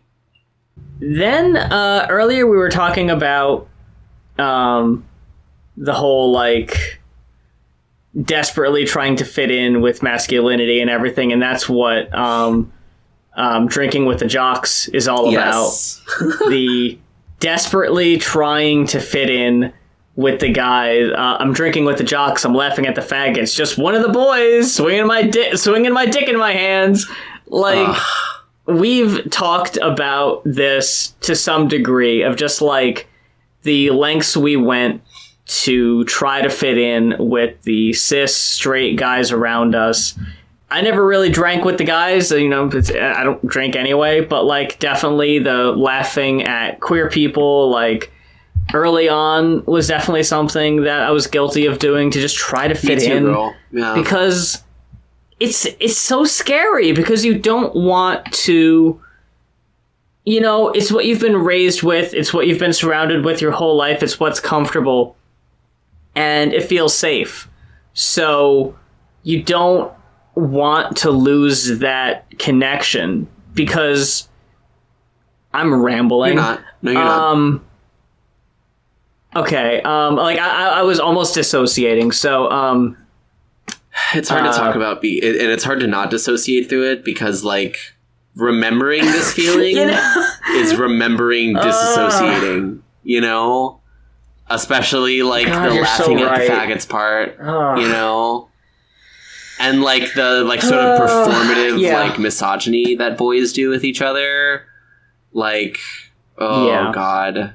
It's hard for me to not dissociate from that. Like, from thinking about that. There is a video, and, Jesus Christ. This is, like, the last thing I'd want to bring up, but I think it's relevant. There was a video I posted on YouTube years and years ago, kind of on the topic of cyberbullying. And I very much made light of people who took their lives because of cyberbullying. And I think it was because, like, I was very comfortable in the, I'm not out of the closet, I'm not suffering from people making fun of me. Yeah. And I think a lot of it was deflection in that way. Of, like, I don't know how I would react in that situation. Like, it's bad. Like, I've had people even, like, in years past, like, bring it up to me of, like, that video is really fucked up. And it's like, yeah, I know.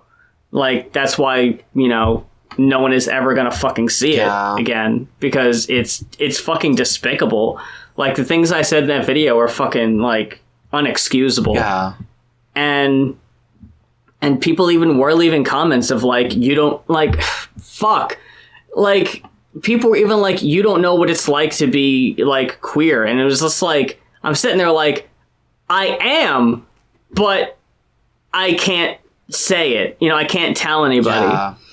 So it was so fucked up. And like, I feel so fucking bad about that. Gosh, Moth. And that's just kind of like, yeah, I really, yeah, I feel like I need to apologize to you because I'm really embarrassed. You don't need to apologize to me. And also, like, the thing I was going to say is that, like, I'm just glad that I was not in the public eye so that people could see the fucked up things that I said when I was drinking with the jocks, you know?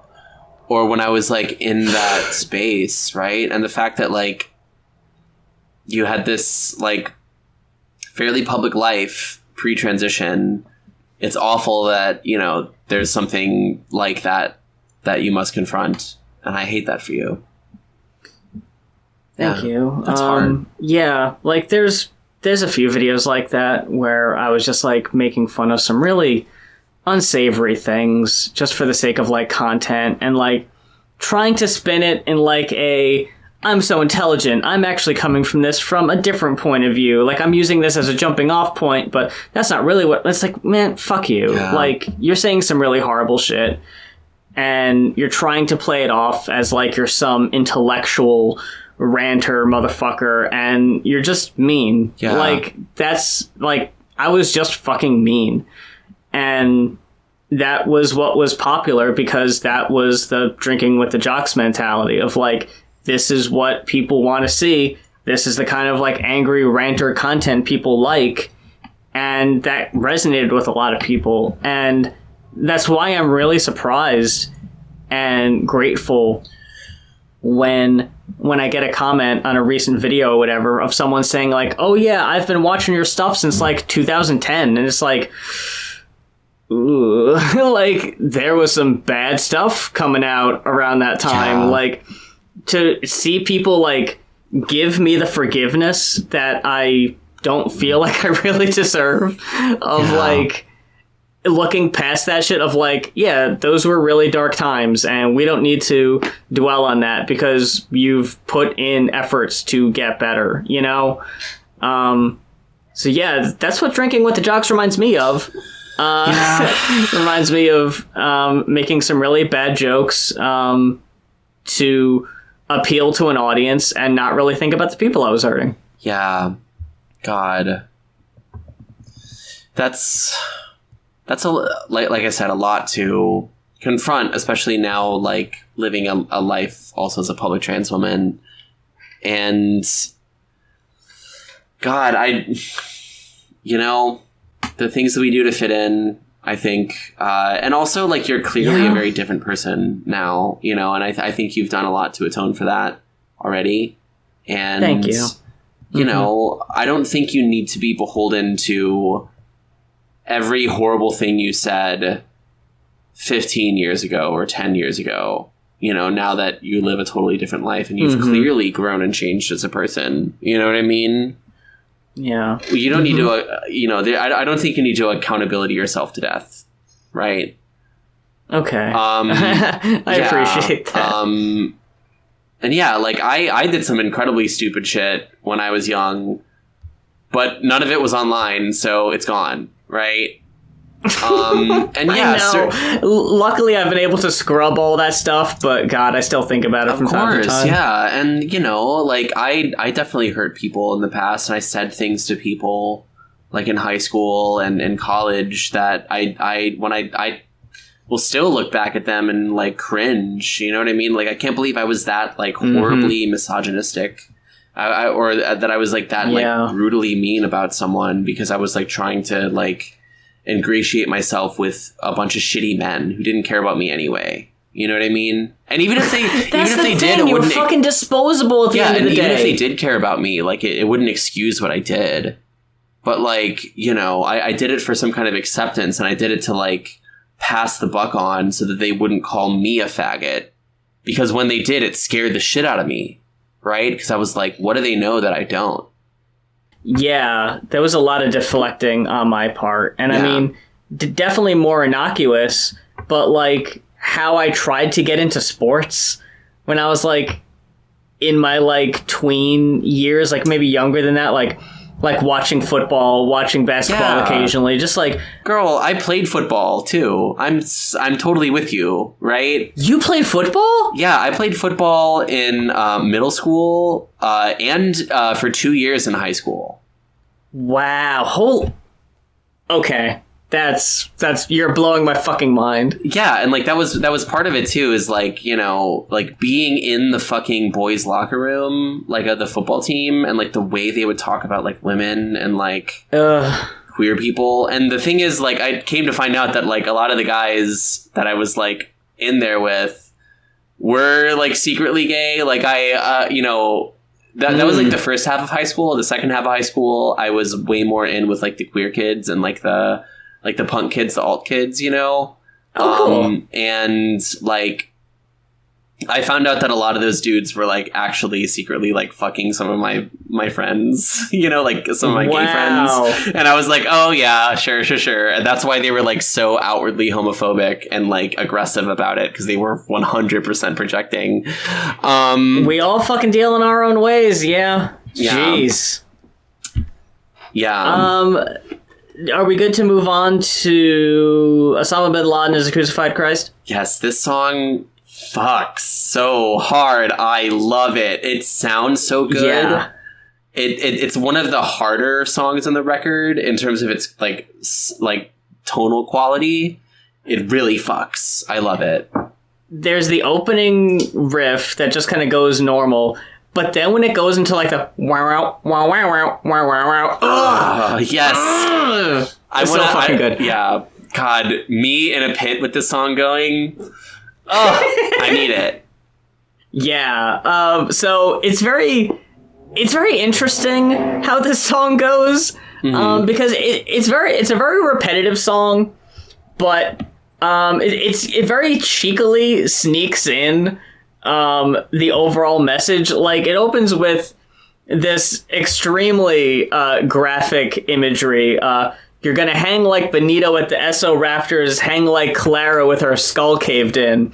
The imagery of Benito Mussolini and his girlfriend being killed at the end of World War II, like the entire country turned on him and killed him. Dragged him through the fucking streets. Yeah, and then this is something that we also all celebrate. Like, I celebrate this. I'm like, yeah, Benito Mussolini fucking deserved it. Like, I 100% believe that. And I know that Laura Jane Grace does too, because she's an anarchist like me, right? Or she was. I don't know, like, I don't want to get into her current politics, but like... Right.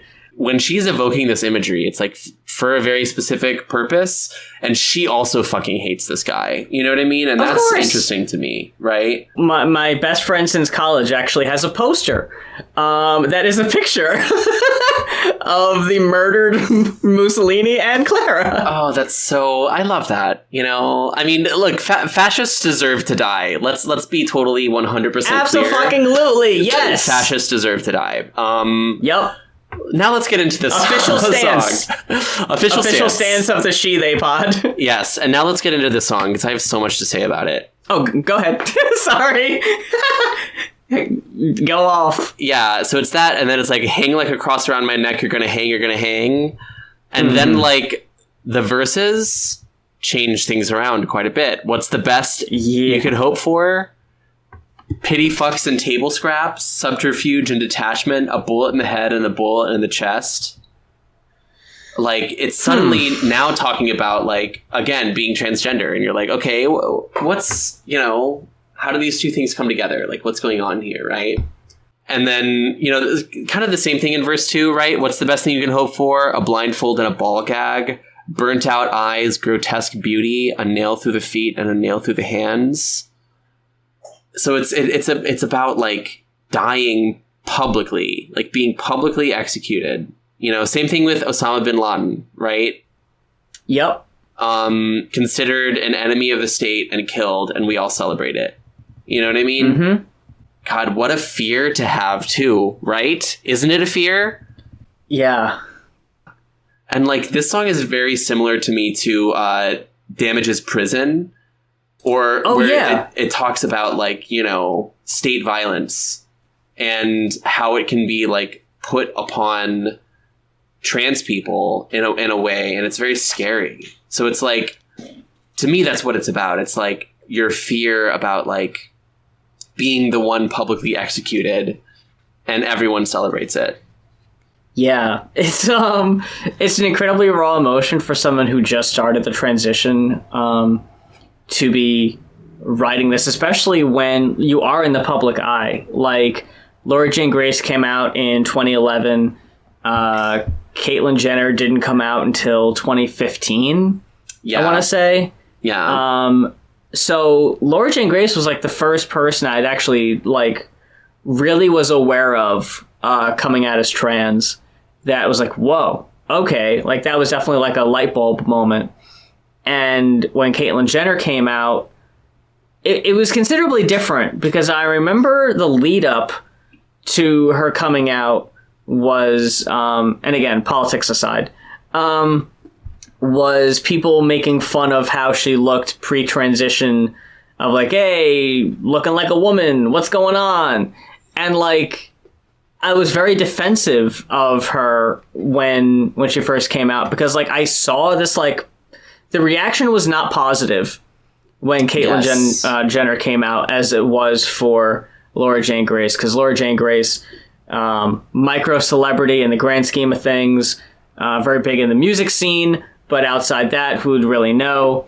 Caitlyn Jenner in the fucking Kardashian family, very high profile. So you kind of saw the dichotomy there of how society is going to treat different trans people, and especially with beauty standards, and how that kind of feeds into it. Yeah, absolutely. The deep fear that is expressed in this song is probably one of the prime examples of why I should not have listened to this album when I was first considering transitioning, because this is a fucking scare the shit out of you kind of song. Yeah, that's so true. It is. It really is, yeah. And, it is something that I worry about a lot based on, like, where I am and where I go, But, fuck. I do feel like I live kind of hard and, what's the expression? Fast and loose with my presentation. And I don't really think about what if something goes wrong, because I've been very fortunate to be presenting myself as feminine full-time for about a year now, and not having dealt with like any hostility, which is great. But on one hand, I do feel kind of survivor's guilt about that, of like, I'm very fortunate, I'm very privileged to have not had a particularly bad experience so far. But it's also made me very cocky of like what I can get away with, and I've kind of played it safe as to where I have gone presenting feminine, but like, yeah, it is very scary of like, what if I end up in a situation where I end up in a place that's not so friendly? What am I gonna do? And I honestly like haven't really thought about that enough. Yeah, I mean, look, I'm with you. I also play fast and loose with it. I mean, I literally just told a story about how I like to sing a certain song because people who hate me love it. And like, God, that's so true. That's so risky. Like, it's really risky, but the only reason I do it is because I go in big groups. So it's like, right. If you want to get to me, you have to go through a lot of people. You know what I mean? I'm protected. I would not do that if I was in the bar by myself. You know what I mean? Because it's legitimately extremely scary. There's something to be afraid of. I was trying to see if there were any things I had highlighted in the book. I guess there's no other point to really bring it up, or a good point in particular. But there's a couple really small quotes I wanted to bring up that kind of deal with how negative the initial reaction on Hormones was. Like, I think our first year, like, she ended up going off Hormones when she was like recording the album, like for almost a year. Oh my God. Why did she do that? I think she was just scared, which is fair. Like, transitioning almost ruined the band. It put a big strain on her marriage. The effort to get on hormones compared to what I had to deal with anyway. I know you were talking about your insurance situation.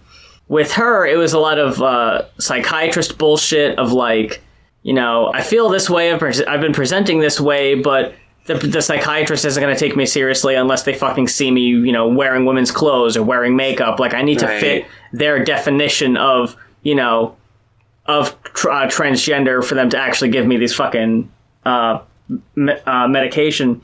So I think also the book deals with her addiction issues, and I think going off HRT was kind of also a response to dealing with substance abuse also. I wish I could give you an exact one-for-one answer, but that's just kind of what I remember offhand. There's the quote where she's talking to a pharmacist, and the pharmacist says, "Now you realize the side effects of these drugs and that they are usually for women, right? You know that they could potentially..." And then she cuts him off saying, "Give me the fucking hormones now, you asshole," I shouted and pounded my fist on the counter. Nearby shoppers stopped and looked at this hysterical person shaking with anger, tears running down my face. I've seen all the fucking doctors that I was supposed to. I passed the damn tests. Here's my fucking driver's license. Now can I please have my fucking pills? Wow. Can you imagine? Can you picture this? Of just like, jeez. And yeah, like, and to think that, like, you know, I complain that sometimes they're like, "Here's your estrogen, sir." Like, oh, you know, God. At least they're yeah, like, "Here that. it is," right? Like, fuck. Going into just kind of like how she was struggling with it or whatever, the quote here, talking to a doctor about like who prescribed her the medication or the hormones. "You probably set your fucking watch to this, can't you?" I cried at him. "You know exactly how many months it takes for someone on hormones to have their mental fucking breakdown, don't you? This is a great moment of satisfaction for you, isn't it?" Wow.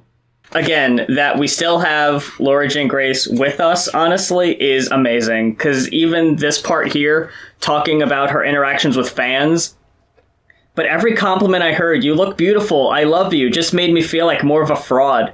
After a show at the Bowery Ballroom in New York, a fan found me outside smoking a cigarette. They told me I was their hero, and that I gave them the courage to come out and start HRT. But I didn't feel like anyone's hero. I wasn't taking the hormones. I wanted to scream some sense into them and beg them not to do it. Look at me. Hormones ruined my fucking life, and it'll ruin yours too. Are you really willing to risk everything and everyone you love for this?" But instead, I just smiled and posed for a picture.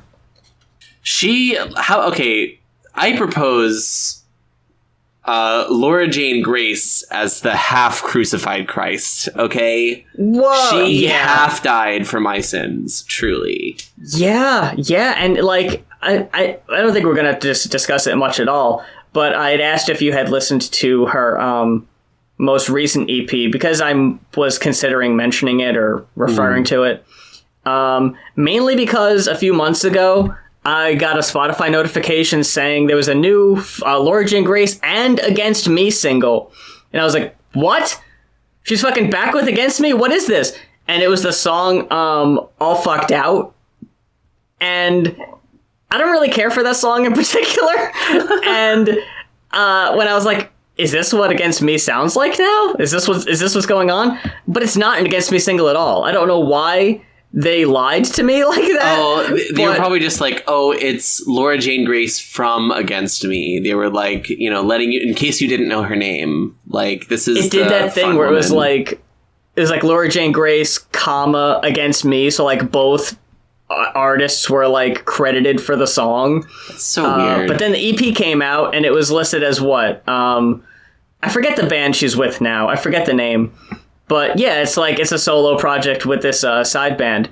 But even on the EP, the whole last song is about like, you ever think about killing yourself? That's like, goddamn. Yeah. Like it is my favorite song in the album though. It actually has this line that is stuck in my head because it's so fucking clever to me. Guillotine, maybe it's Maybelline. Slit your wrists, it's the tits. Oh my God. And it's like so upbeat and like jokey, but it's about a very serious topic. Yeah, real. Holy shit. I know. That song, if nothing else on the EP, it's like, please listen to the last song on there. It's like, goddamn. But about this, because again, 2.5 hours. I'm so sorry, Siobhan. Oh, no, it's okay. Up side things. We're halfway through the record now, so this should that be feels done comfortable. Eventually. We will, and I'll get it edited by Christmas. Okay. Perfect. Let's see. It'll be a Christmas miracle. Next track is... Oh, it's Fuck My Life 666. Oh, no. This one's a rough one. Yeah. This is the breakup song. Yes, this is the breakup song.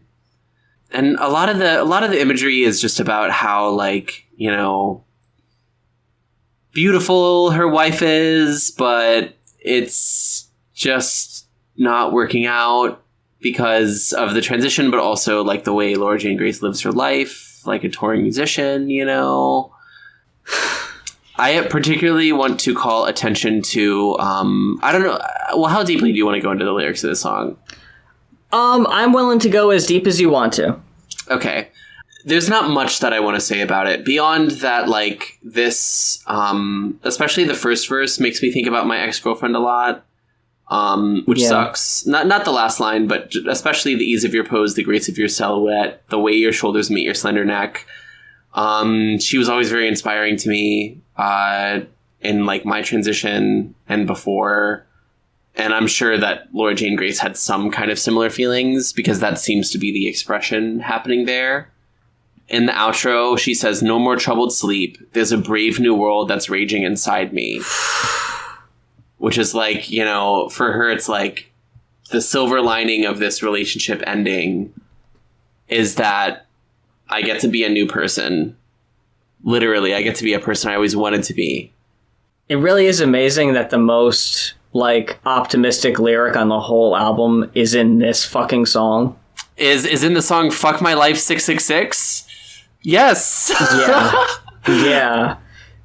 And just the delivery of that line too, "There's a brave new world that's raging inside of me," always gives me such a fucking rush when she says it. It's like, because we felt that, you know, like, yeah. I know what you're talking about. Yeah. I felt that. I felt that too.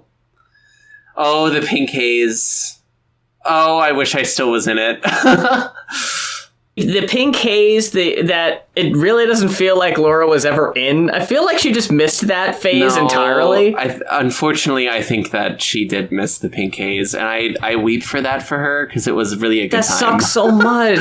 I know. Yeah. God, I loved the pink haze. That was yeah. It was nice. Yeah. Even though I look back at photos of myself from that period, and I was like, "Damn, girl, like."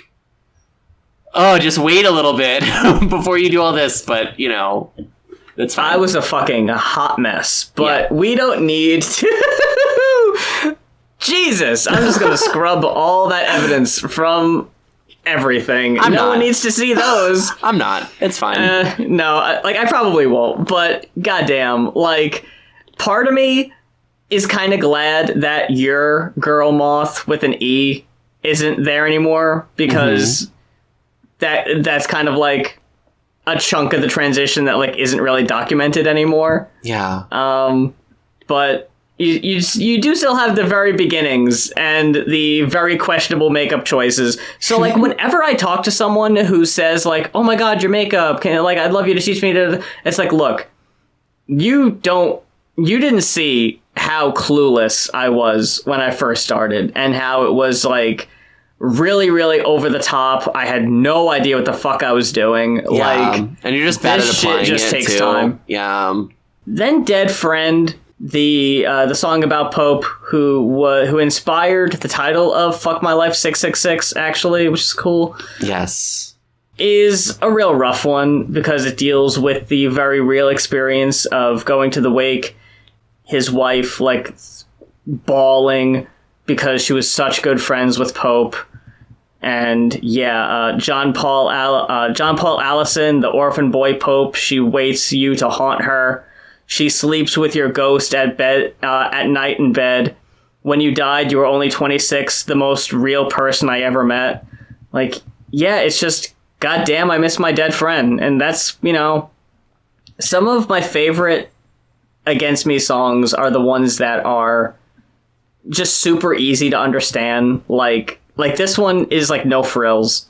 No frills. It's just, you know what you're getting with this one. You know exactly what this is about. Yeah. Yeah, and it's just a real feeling. Like, I fucking lost a friend when I was 10. Like, so I can relate really hard with that. Like, it's a really rough feeling. Yeah, and also, like, I think something interesting about this song, too, is how could I not have guessed that she would fall in love with the first boy she kissed in a casket? That line, wow. That line is so good, too, because, like, and also, like, there's so much about it that has this, like, romance element to it, which is interesting because that's, like, a strange way to grieve. But also, you have to consider it's like she lost this person at the beginning of her transition. And it's like, you know, part of me wonders, and like, how many of my, like, I don't have that many guy friends, but, you know, that I knew pre-transition. But I imagine some of them will eventually be, like, attracted to me once they stop seeing, like, me as just this weird boy, right? And that will be an interesting world to navigate, and also something that I've heard many trans women navigate as well. And I can imagine Laura Jane Grace sitting here going through a divorce. Her friend just died. She's trans, and she's burying her friend and being like, in a perverse way, her grief is hitting her and is like, maybe we could have been in love, like as a man and a woman. You know what I mean? Which is wild. Especially if, you know, I don't know what her relationship was like with this person, but maybe, like, she was quite open to about herself with him, you know? I don't know. According to the book, they were really close friends, and, like, just, like, good friends, like, better friends than you are with the band, because you don't spend as much time with this guy. You know, you're not around them all the fucking time. You don't get sick of them. Yeah. Like you do with your bandmates. They had this friendship, but, like, she never came out to him. Oh, interesting. Okay. That makes a lot... Yeah, okay. Like, there was one friend who gets brought up in the book, who is, like, the first person she ever comes out to. And this story is weird as fuck, and I wish that there was video evidence of it, but they were all doing a radio interview or a TV interview, and... This is before she had ever, like, came out to him in this way, but he just goes, "Hey, Tom, why do you dress in panties when you're alone?" And she's like, "What? What are you talking about? Like, what the fuck are you doing right now?" God. And just totally put her on blast in this interview. So then when she was like, "Hey, I'm transsexual," he was just like, "Oh, yeah, I figured." God damn, That's kind of cool. That's kind of cool. Though that sort of sucks. I'm fortunate in one way and not so much in the other, because, like, I've talked to you about how I feel about, and I'm going to try really hard here not to cry, having really good friends, because I never really had too many of them. Yeah. Before my transition, my friends were Neb and my friend Dylan. That's really it. Yeah. And we all do YouTube stuff together, and we have for years and still do. Mm-hmm. And Dylan's the guy I've known since college, so make that 2006, going on almost 20 years knowing this fucking guy. And we grew up together, we influenced each other in ways of just learning and growing and becoming better people. And such different people than we were then.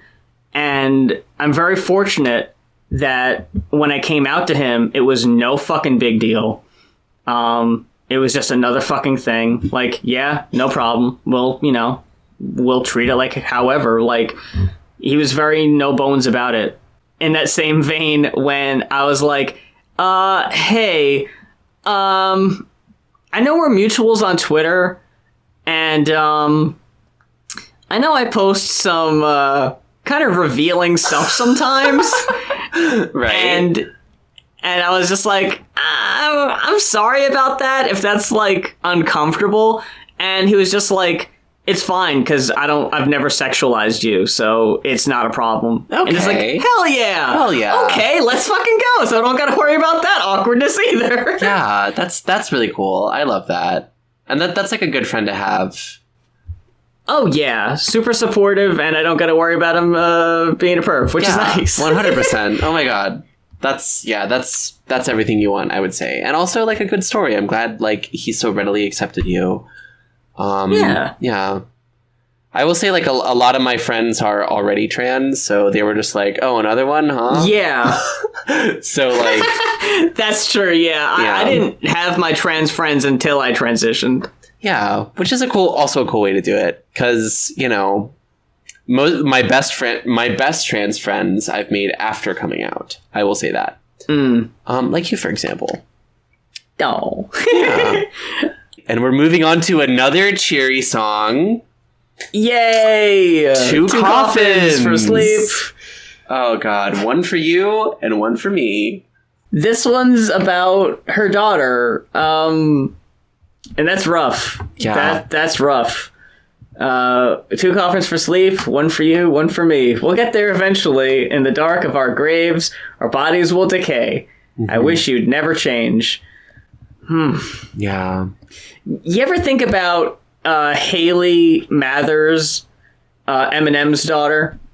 Okay, no joke. I think about her all the time. Like, what's up with her? I've not caught up with her, but like, I just imagine like all the like everything that her father is, and everything that her like every time that fucking Mockingbird song comes on.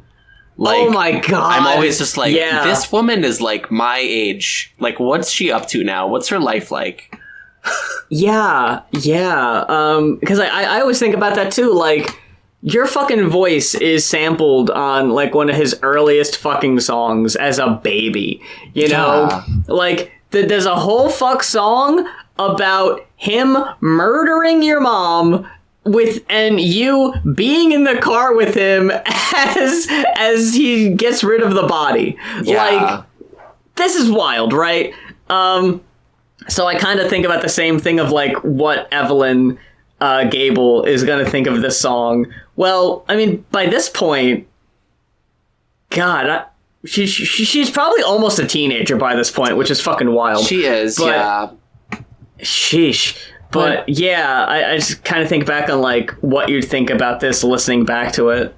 Yeah, and also knowing that context too, because I thought this was also about her wife before, you know... I did too. Realizing it's about her daughter, but I don't know, because like, this is not, for me, this is not like something that's particularly traumatizing for your parent, for your mother to write about you, you know, which is just that's like... true.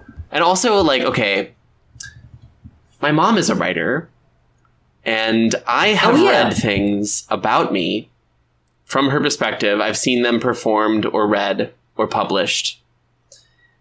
Literally from the moment of my birth. Like, her poetry manuscript was all about... Because, like, she was pregnant with me when she was in grad school, and part of getting, like, a master's degree in creative writing poetry is that you have to write a poetry manuscript, which is sort of like an album of poetry, like a music record, but poetry instead of songs. And it's usually like 100 poems or more, right? Wow. My mom wrote it about being pregnant with me and giving birth to me. Jeez, wow. I can't say too much about this because it's like it would be revealing things about me I don't want to necessarily, especially in a public forum. But like, basically, it's about me as a teenager. And I remember initially in her early draft of it, when I was actually a teenager and I read it, she had made me into a girl. And I was like, oh, that's so cool. I love that. I was really into that. I wonder why. Still cis, though. Whoa, holy shit. Recently, she had it produced. So there was like a full, and I think she also directed it too. So there was like, you know, an actor, there were actors playing us, and she turned it back into a boy. And this was right before, literally, like, the next time I hung out with my mom after that, I was coming out to her as a trans woman. Oh, that's weird. That's weird. Damn. Yeah. So, like, why did she do that in the first place? Okay, my mom is an artistic genius. So much of who I am is her, and I love her very deeply. She also processes things through writing about them, because she is fundamentally an artist as a person. So, like, she's processing, like, things that she's going through and writing about them, and I'm just part of her life. So I become, like, parts of my life become art too. And that's just part of the process of having, like, a parent who's an artist, you know? With all of that context in mind, look at the lyrics of this song, and when I listen to this song, and I imagine being Laura Jane Grace's daughter, adult daughter, listening to it, there's nothing particularly traumatizing about this. It's just the feeling of, you know, the impermanence of life and how things change so much. Also, like, I gotta say, I've never really discussed that experience in these terms because it's just literally always been a part of my life. And this conversation made me realize that that's, like, a weird thing. Like, most children are not made into art from literally before their birth, you know, experiencing and reminiscing on parts of their life as art. You know, that is a particular experience that I have that I did not consider weird until just now. Oh boy, Siobhan, look! Oh, it's the next one. Oh, it's Paralytic States! This is, I think, the only holdover from the original plan for the album was supposed to be about a transgender sex worker, like a concept album. And then that just never happened. Luckily, we got this. And holy shit, I fucking love Paralytic States so much, but if it is not the most indicative example of that quote I read earlier of I don't want to grow up to be the sad old tranny internalized insecurities that Laura was dealing with, because this song deals with a transgender woman in a hotel room on New Year's Day carrying out suicide, and it really paints an incredible picture of all the shit that's happening around it. Like it says, she hears babies, she heard laughing, she heard sirens, red and blue lights flashing through the cheap hotel curtains, blood spilled out on the porcelain, the bathtubs overflowing. Yeah. Like, paints an incredibly detailed picture of everything that's happening here with, I've talked about before, when it's such a sad-ass song, but I was driving home today shouting, never quite the woman that she wanted to be. Yeah. I feel very proud in myself that I'm able to get to the point where I am able to do that and not feel incredibly depressed. Yeah. And just treat the song as a song and not, you know, some deeper thing.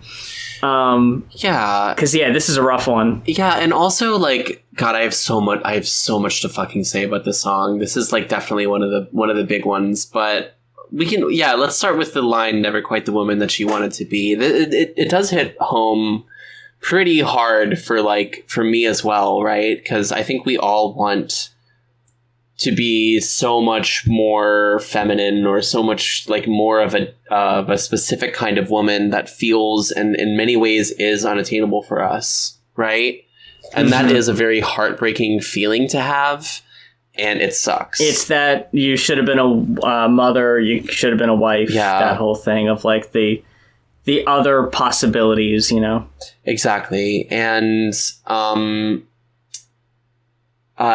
Jackie on Twitter, I think her @ is entry level nut. Jackie is, like, one of those women who, like, I'll be freaking out on the TL. I'll be having, like, a dysphoria meltdown, and she'll give me, like, really good advice, or she'll tell me something that's, like, really wise or insightful in a big way. She had a thread that rings in my head when you transition, you often like envision a particular kind of woman that you want to become. And sometimes that is unattainable to you. And sometimes the process of transition is learning what kind of femininity and what kind of woman that you can and should become. And this is also not just a trans woman thing. This is like a thing that every woman experiences, right? That like, yeah, you kind of grow into, okay, I'm actually this kind of woman, you know? And even if ideally I want to be more like this, what's more attainable to me and what's better for me is to be this kind of woman. You know what I mean? I'll admit to you that almost 3 years in, I still don't know. Look, you're making yourself up as you go along. You could say that. Me too, girl. Okay? One could say. Yeah. No, I'm constantly... I'll figure it out one day. Or maybe I won't. Who knows? Yeah, I'm constantly going back and forth. I'm like, ooh, do I want to be a little more futch? Do I want to be dykey? Do I want to be more femme? Like, I'm working on it, but yeah. I was very, like, goth aesthetic when I first started, and it's still kind of there, but now it's just like, I don't know, I just like cute stuff. Yeah. You know? It's just like, I just like being cute, I guess. I guess that's it. Yeah, and, like, you do soft girl really well. You know what I mean? Thank you. God, there's so much to get into about this song. So it's definitely about, committing suicide, which we love. We love that. Oh, we love it here at the pod. Yeah. Also, I do want to say you do futch really well. Okay. Yeah, I might lean into that a little more, you know? I definitely like more like dykey fits, you know? I think that's really fun. Yeah. That's what, yeah. I think those are like the ones that like kind of, I don't know, scream to me more, I guess, of like, yeah, that's very Siobhan core, you know? Yeah. That's interesting. Sorry, I wanted to say that before we got into the suicide discussion again, but I didn't have a chance. So I was like, here it is. I'm gonna shoe it in here. Shoehorn it in right here. Yeah, you're getting a word in edgewise, and it's right after I say suicide. And you're like, oh, 1 second. Your fits are really good. Hold the presses. That's so funny. But yeah, like, well, thank you. No problem. Yeah, that's cool. That also gives me a lot of inspiration because, like, I think I want to be like pretty femme, but I also think that like it's better for me. I look better when I'm like femme but dykey, you know, and that's what I need to do. I think the fits that make you feel the most confident are the best ones to go with, like. Because I think that's the key to everything, honestly. Like, I was trying to think of a specific thing, but honestly, no, confidence is so fucking important and has honestly got me through a lot of the hard parts of just kind of fake it till you make it kind of attitude of just like, no, I look good in this. Fuck it. Like, I don't give a shit. If anyone thinks this looks good, I think it looks good. And eventually it's like, no, this actually does look good. And I like genuinely believe that. But yeah, the confidence you exude in your cutoff shirts and the like just kind of dykey shorts, I think it works. I think it's very you. Yeah. But honestly, I'll go ahead and say this, like I said, I think as long as you're confident, I think you can pull off any fucking look. Like, it doesn't fucking matter as long as you're feeling it. I think that's what's most important. Yeah. I also think you're correct, though. Like, I think that's definitely, like, the direction I should be going. Sure. I actually just cut off another shirt sleeves today, and I was like, ooh, I love this, you know? So... Let's go. Yeah, it's definitely gonna be... Because I think, like, I have good arms, and I have cool tattoos on my arms, and I like showing them off. So it's like... And I feel more feminine that way, actually, like, when I'm showing my arms off. So yeah, much to think about. I think that's me with the legs. I'm not really wild about my arms, but I really like my legs, so I'll always show off my legs. Yeah, absolutely. I also really like my legs, so I think I'm just gonna always be dressed like a fucking whore. I think that's what we're learning today. I'm just gonna be like, I want to show off as much skin as possible, actually. That's why I'm going to be having a real hard time with the winter months. Oh, don't even. Yeah. Well, I'll just get back to my like cardigan girl aesthetic. That was like early transition thing for me, but I think I might try it again. It's like so weird with the seasonality of clothes and early transition, like, because it's like this is going to be my second fall. And my first fall, I was like, ooh, cardigans and like jeans. And, you know, I was like that kind of girl. And then like, and that's so cute. Yeah. And then my like vibe and like style has changed so much since then with the seasons that I'm getting back to it. I'm like, is this still the vibe? I don't know. It's interesting. This is my second fall too. Last year I'd only just really kind of embraced being a woman around the summer. Yeah. So that is kind of a relatively new thing. So I didn't really do too much last year, so I feel like I got to make up for it this year. Yeah.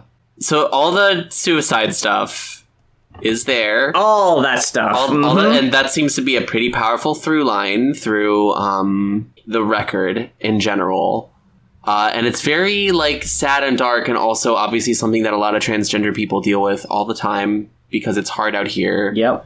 And your brain lies to you. Your brain lies to you, and society is terrible to you often. And it was clearly on Laura Jane Grace's mind, you know?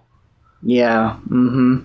So kind of going back to, I'm just really glad that she's still with us. I know. You know that fucking Panic at the Disco song, Every Day I Thank God for Esteban? Yes. Every day I thank God for Laura Jane Grace. Yes, so true. I need to remake that song and it just be about how Laura Jane Grace is amazing. And then we'll give it to her, and then that'll keep her around longer. That's what I want. Okay? And then she'll be a guest on the pod. Oh, yeah. Dream guest. Yes, that'll definitely happen. I'm manifesting it. It'll happen. I don't want to derail, but it's my nature. You ever see the Bill and Ted's Excellent Adventure where at the very beginning they're like, we need to make a music video. Well, to have a music video, we have to write songs. Yeah. We can't write songs if we can't play instruments. It's like a big chain. So it's like, okay, end goal, get Laura Jane Grace on the show. We got to backtrack. What are all the necessary steps to get her on here? Well, we need to, step one, finish this current podcast that we are now 3 hours into recording. That is the first step. Step two, quit referencing buddy movies from the late 80s. I mean, I love that one in particular. That one's really fun. Me too. I love Bill and Ted. Anyway, yeah, this line in particular is a window into the insecurities. Cut her face wide open, shaved the bone down thin, pumped her face up exaggerated, a fucked up kind of feminine. Yeah. That's going into what I said at the very beginning of one of the most pessimistic lines on the whole album, of just like, damn, she's fucking trying. Leave her alone. Yeah. You know? Yeah. But like, it's not criticizing the character for the appearance or the choices. It's really just echoing the internal insecurities. Like, yes. There have been a lot of times I thought about like things I would like to do for myself, like especially lip fillers is something I was considering, but yes. I don't know how that would work. And I'm like, I'm so bad about it that like, would I actually keep up with it? I know that's one of these things where you have to like go every so often to have them checked up on and refilled. And it's like, well, I want to do that. Yeah. So fuck my life 666. The how would you recognize me? Yeah. Talking about the collagen and all that.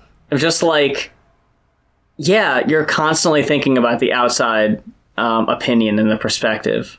I also think about that all the time. It's not really so much the lip filler with me, but it definitely is the like facial feminization surgery of some kind. I think about like that calls to me all the time. Yeah, like the Green Goblin mask, like in my closet. Oh my god. Yeah. Hiding in the shadows. But yeah, it's just like, you know, especially like shave the bone down thin is like, I think about like shaving my like jawline so much because I'm just like, she's so big. She's so square. You know what I mean? And I'm just like, but then, you know, it's like I go back and forth on it because it's like, I also think that it's a very beautiful feature of mine too.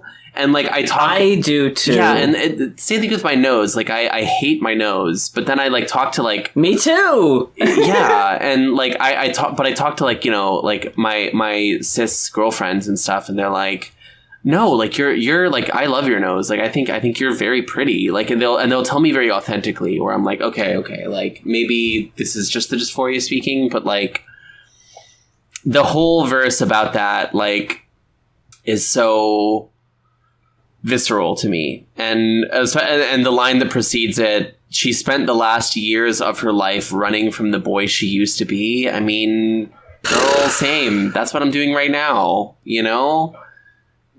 Yeah, it's rough. I mean, especially like I just talked to my mom today, and overall it was a very very positive conversation. Like I said, there were a lot of like girly moments that were very fun, very affirming. Then there was still a moment where she like made a point that like my face hasn't changed much, and it's like, bitch, it has. Like, yeah, it has. I was talking with another mutual, Sable, and I was just like, can I fucking vent to you for a minute? And she was like, yeah. And I was just like, I am very in my head about my face and about what has changed, what hasn't changed.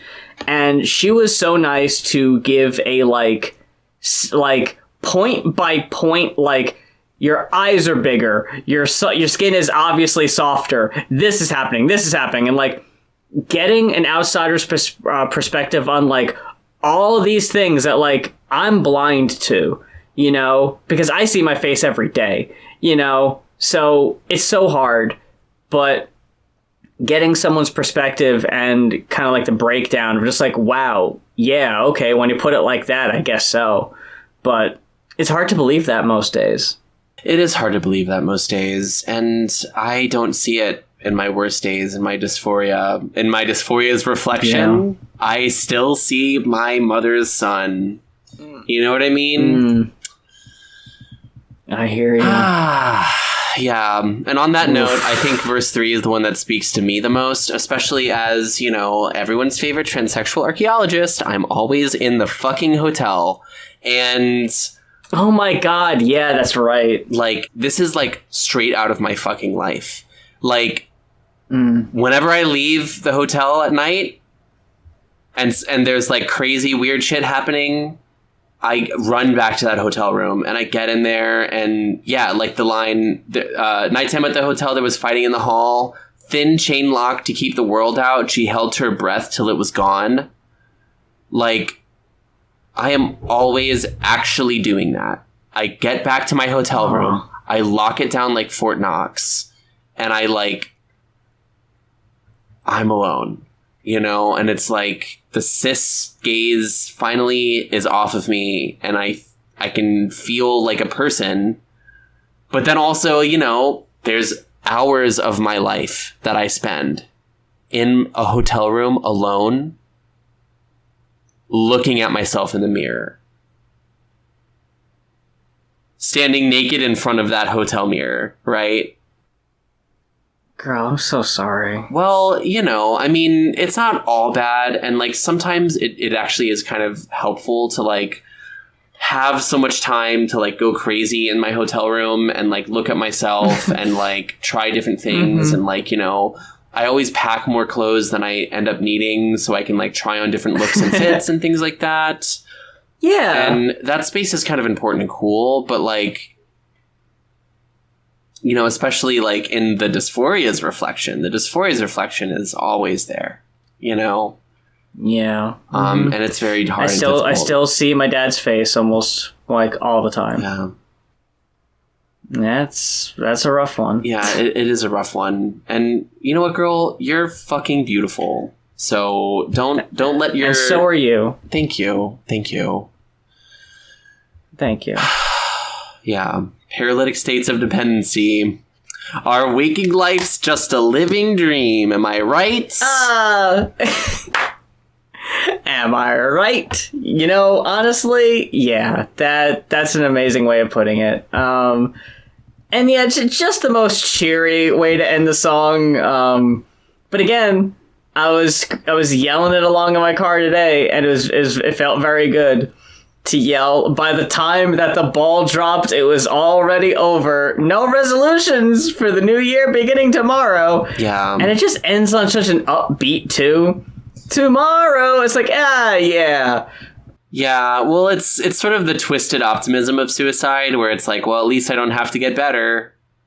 You know? Yeah. At least I can stop growing. Sheesh. Ugh. It's really, it is some of the darkest shit I've ever heard. It feels so bad, Siobhan. Ugh. It really does. We're almost out. But it's a banger. It's a banger. The song, the Paralytic States goes so fucking hard. It really does. It's such a good song. It really is. Probably, it's in my top 3 favorite songs on the album. Easy. But yeah, it's one of those don't think about it too much yeah, 100%. kind of songs. It's all about vibes. I am not paying too much attention to this. Real. Absolutely. And here we go. It's blacking me out. Look, I can almost see the light. Oh my god, the last song. Here. And we're at 3 hours and 14 minutes of recording time. If y'all are still with us, thank you so much for listening to a very long podcast episode. But also, I feel like if you're one of our trans listeners, you already know this record and have your own connections to it. So thanks for coming along the journey with us and hearing our connections to it. Yeah, and I feel like if you are familiar with the album, you kind of expected this would be a longer one.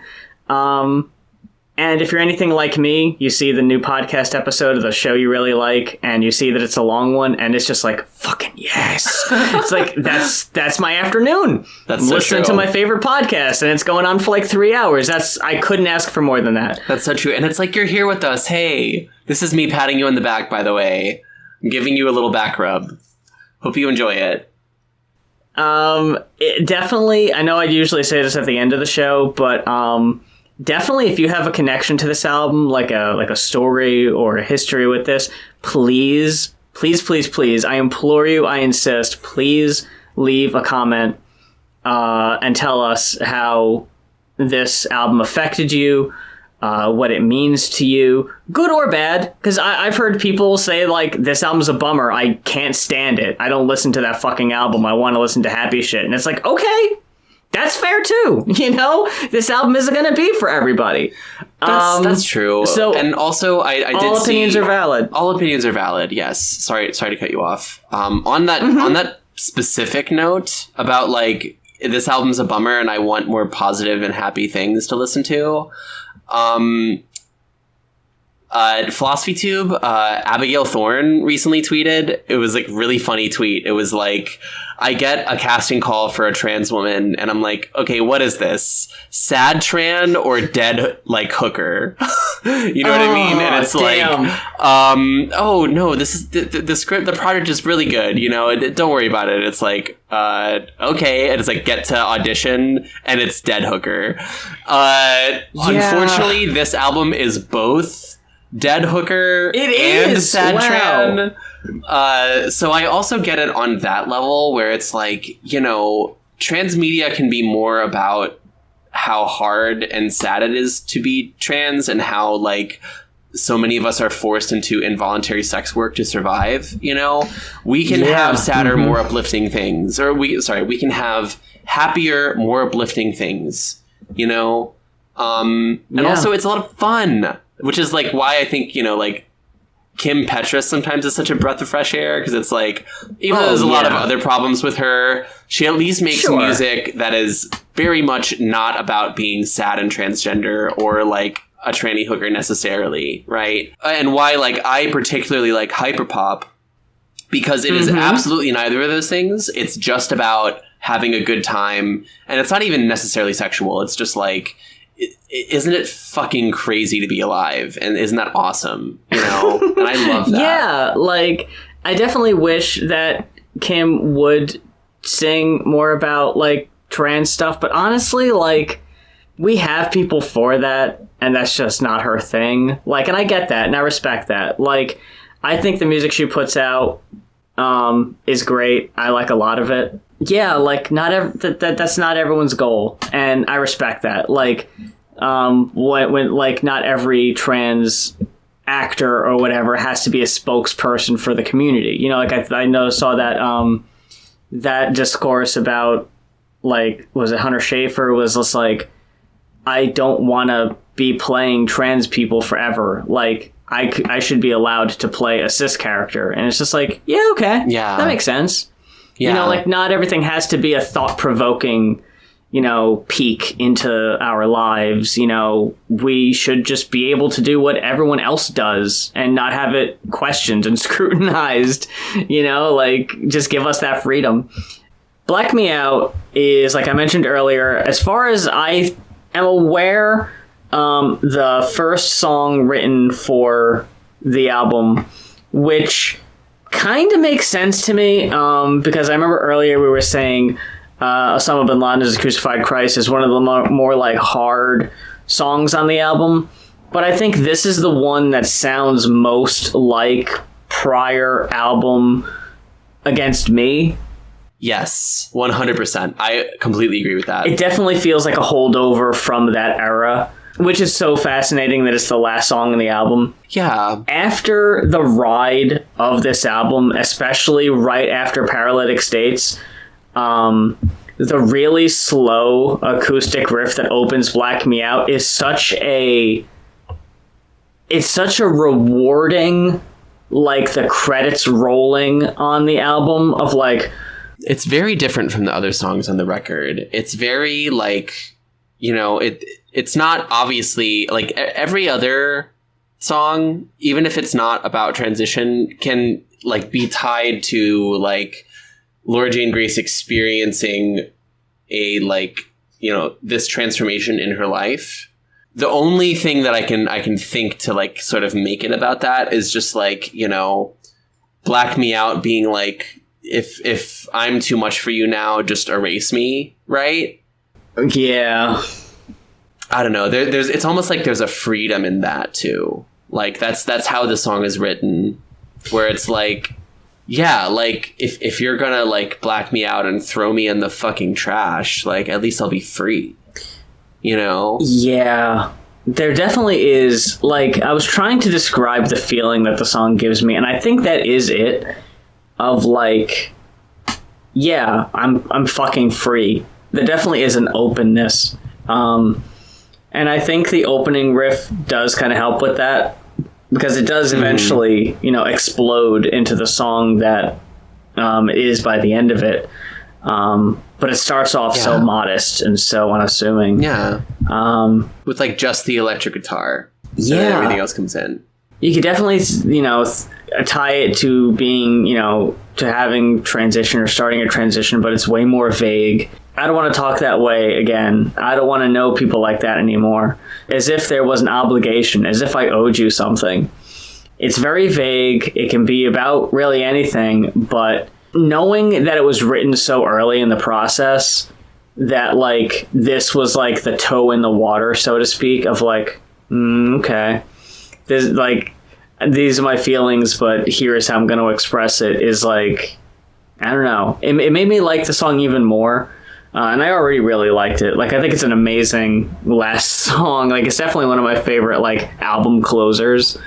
Yeah. Especially as a message, right? And especially as, like, you know, as we talked about, like, the feeling that surrounded, like, her coming out. You know, where, like, people were like, wow, I guess Against Me is done, you know? Because, like, they couldn't imagine, like, her still having success as a trans woman, you know? Yeah. So, like, this being, like, the closing song of just being like, well, you know what? I did it. Here's the fucking album. Fuck you if you don't want it anymore. Like, fuck you if I'm too much for you, and, you know, like, I'm not beholden to you. So in some ways, it could be even addressed to, like, you know, the fans of Against Me who, like, would reject her for that, you know? Yeah. You had mentioned a little while ago that, like, especially with the I want to chop those brass rings off your fat fucking fingers as if you were a kingmaker. That, just upon the first listen kind of felt to me like it was towards, like, the record execs who never got against me. They bounced around from label to label, trying to find a group of people that would actually, like, understand them and let them do what they wanted to do. And in the end, just kind of tried to pigeonhole them into something different. It could also be towards, like you had said, the fans. Like, I remember watching the Fantano reviews of, I think his review of this album wasn't very favorable, which is ridiculous. Is it really? Hold on a second. Let's see this. Let's see. I might remember incorrectly. What is it? The Needle Drop? Needle Drop, yeah.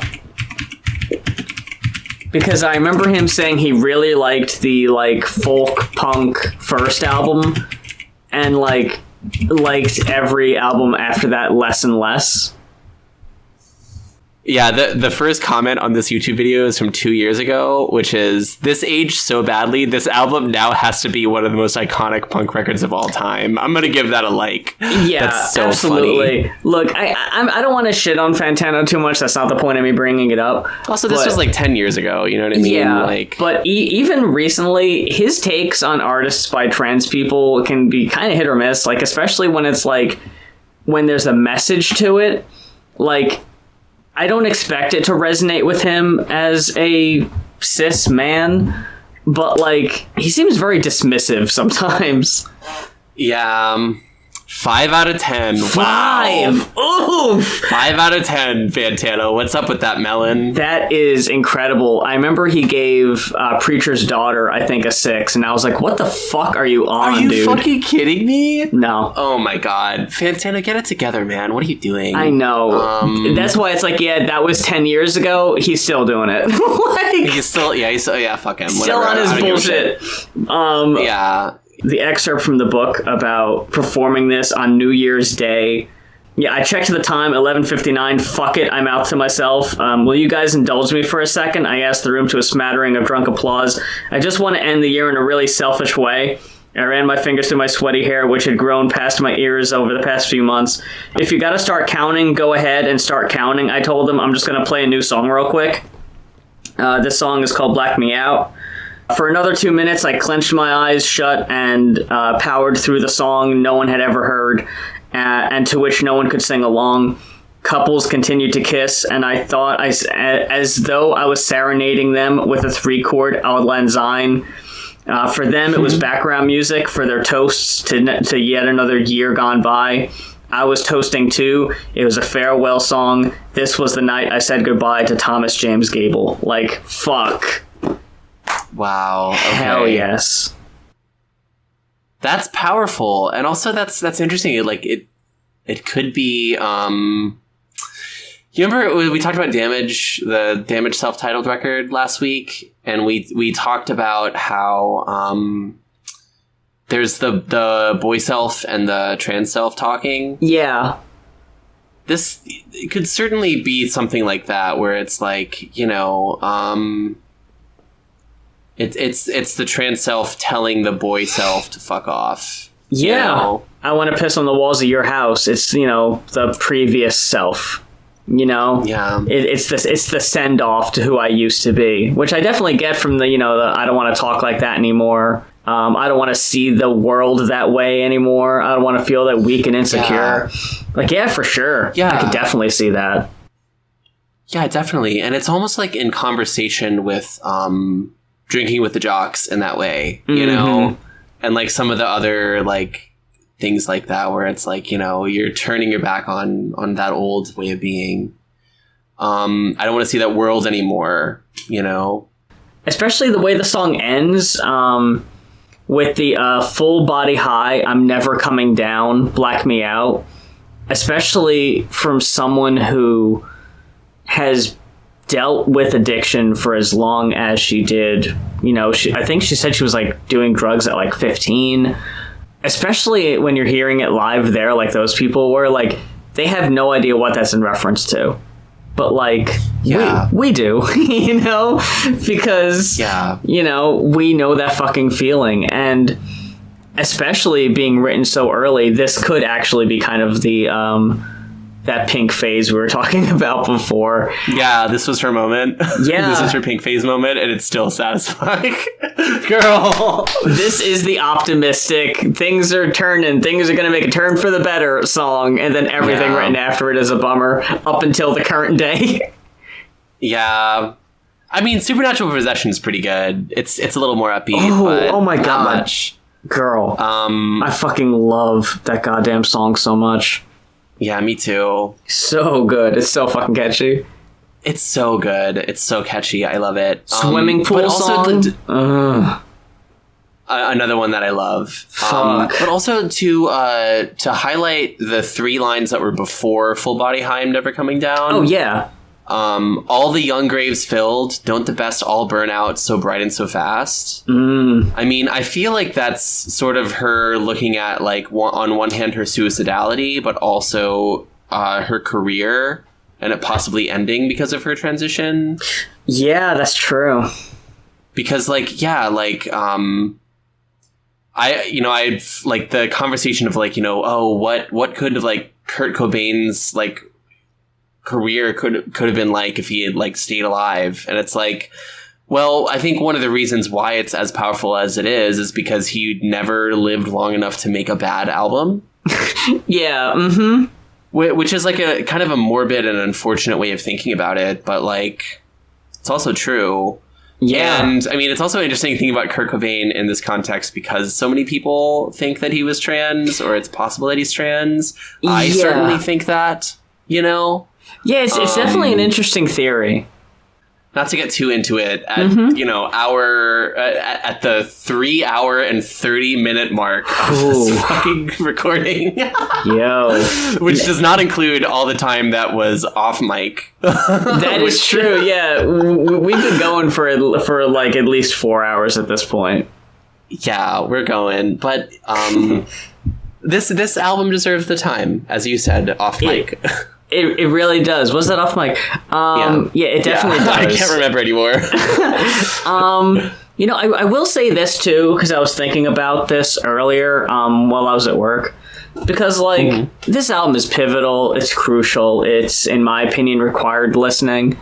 At least once, like, in reference earlier when people are like, I want to listen to happy things. And again, not to go too far in depth here on, like, inside baseball, but talking about the pod and how we were planning it out. The last episode dropped. It's, in both our opinions, the best we've done. And before this one. And we were, like, both very eager to record again. And we couldn't really think of what to cover for it.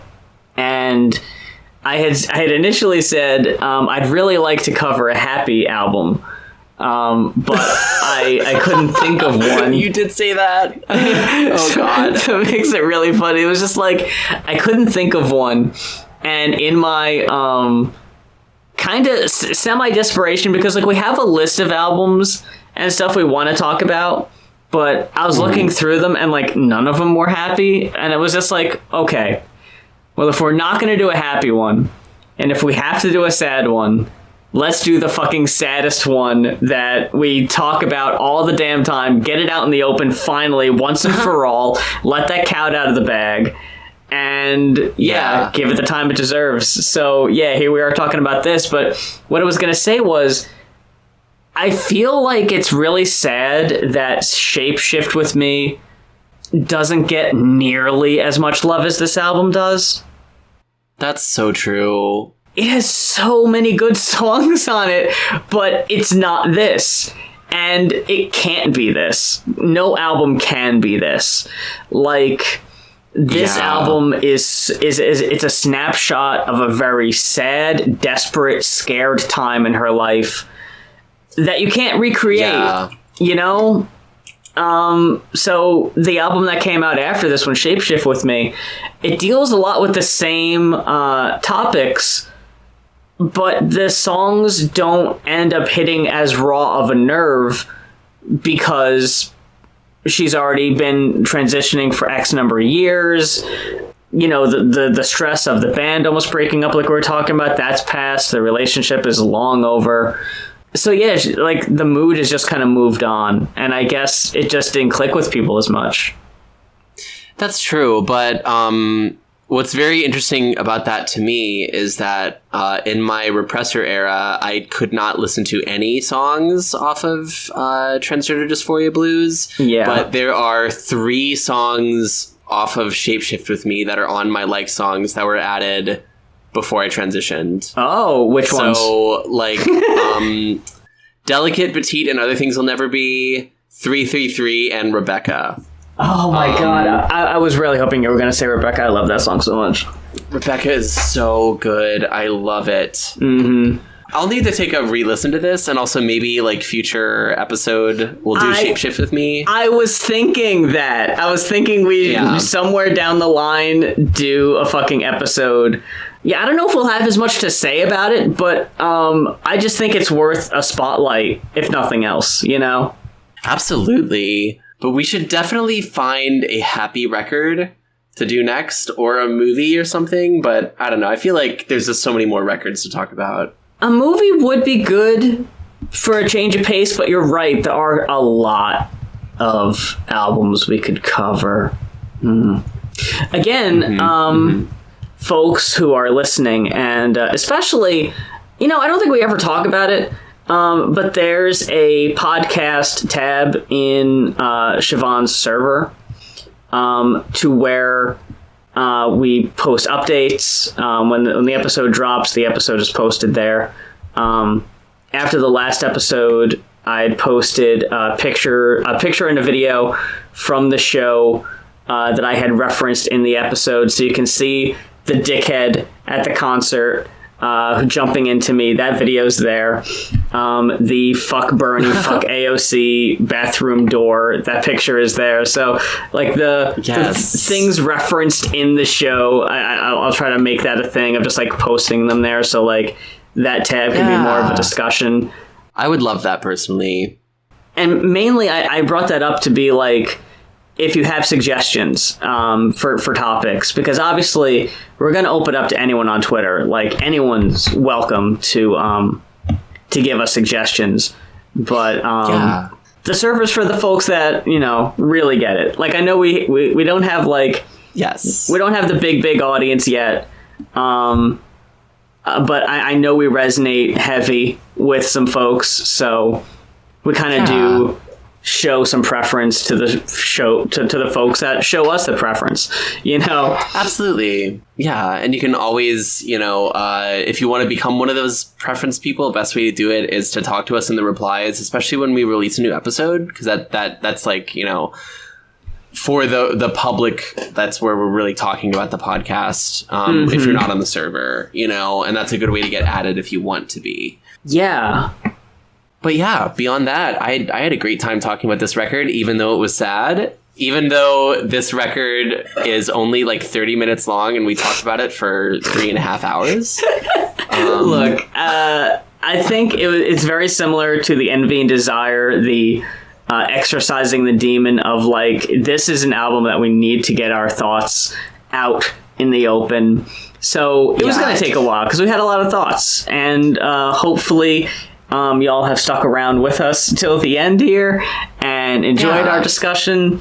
And feel free to add your thoughts to the conversation in the comments. If you're watching this on YouTube, you could easily do that there, or you could leave a reply to us on Twitter. I know Spotify lets you leave comments on episodes sometimes, but I don't know. I don't really think that's a favorable option. But you can if you want. That's an option. Yeah. But thank you so much for spending an absurd amount of time with us this week and hanging out with us. We say it all the time, but we fucking love making this show, and I hope y'all enjoy it too. But until next time, I'm gonna amend it, because obviously we want the listeners to stay strong the bitches. Yes. We want the bitches to stay strong. Also hydrate. And that's a message to myself. That is a reminder. Yes, hydrate. Yep, to future editor Moth, hydrate.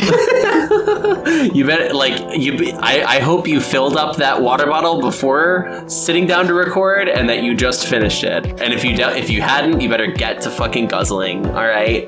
It's about half. It's about half. Yeah. Okay. Well, stay strong, bitches. More importantly, stay alive, bitches. Yes. I'm gonna end my recording right now, and you're gonna drink the rest of that fucking bottle of water, Mom. You got it, girl. See you next time. Okay. See ya.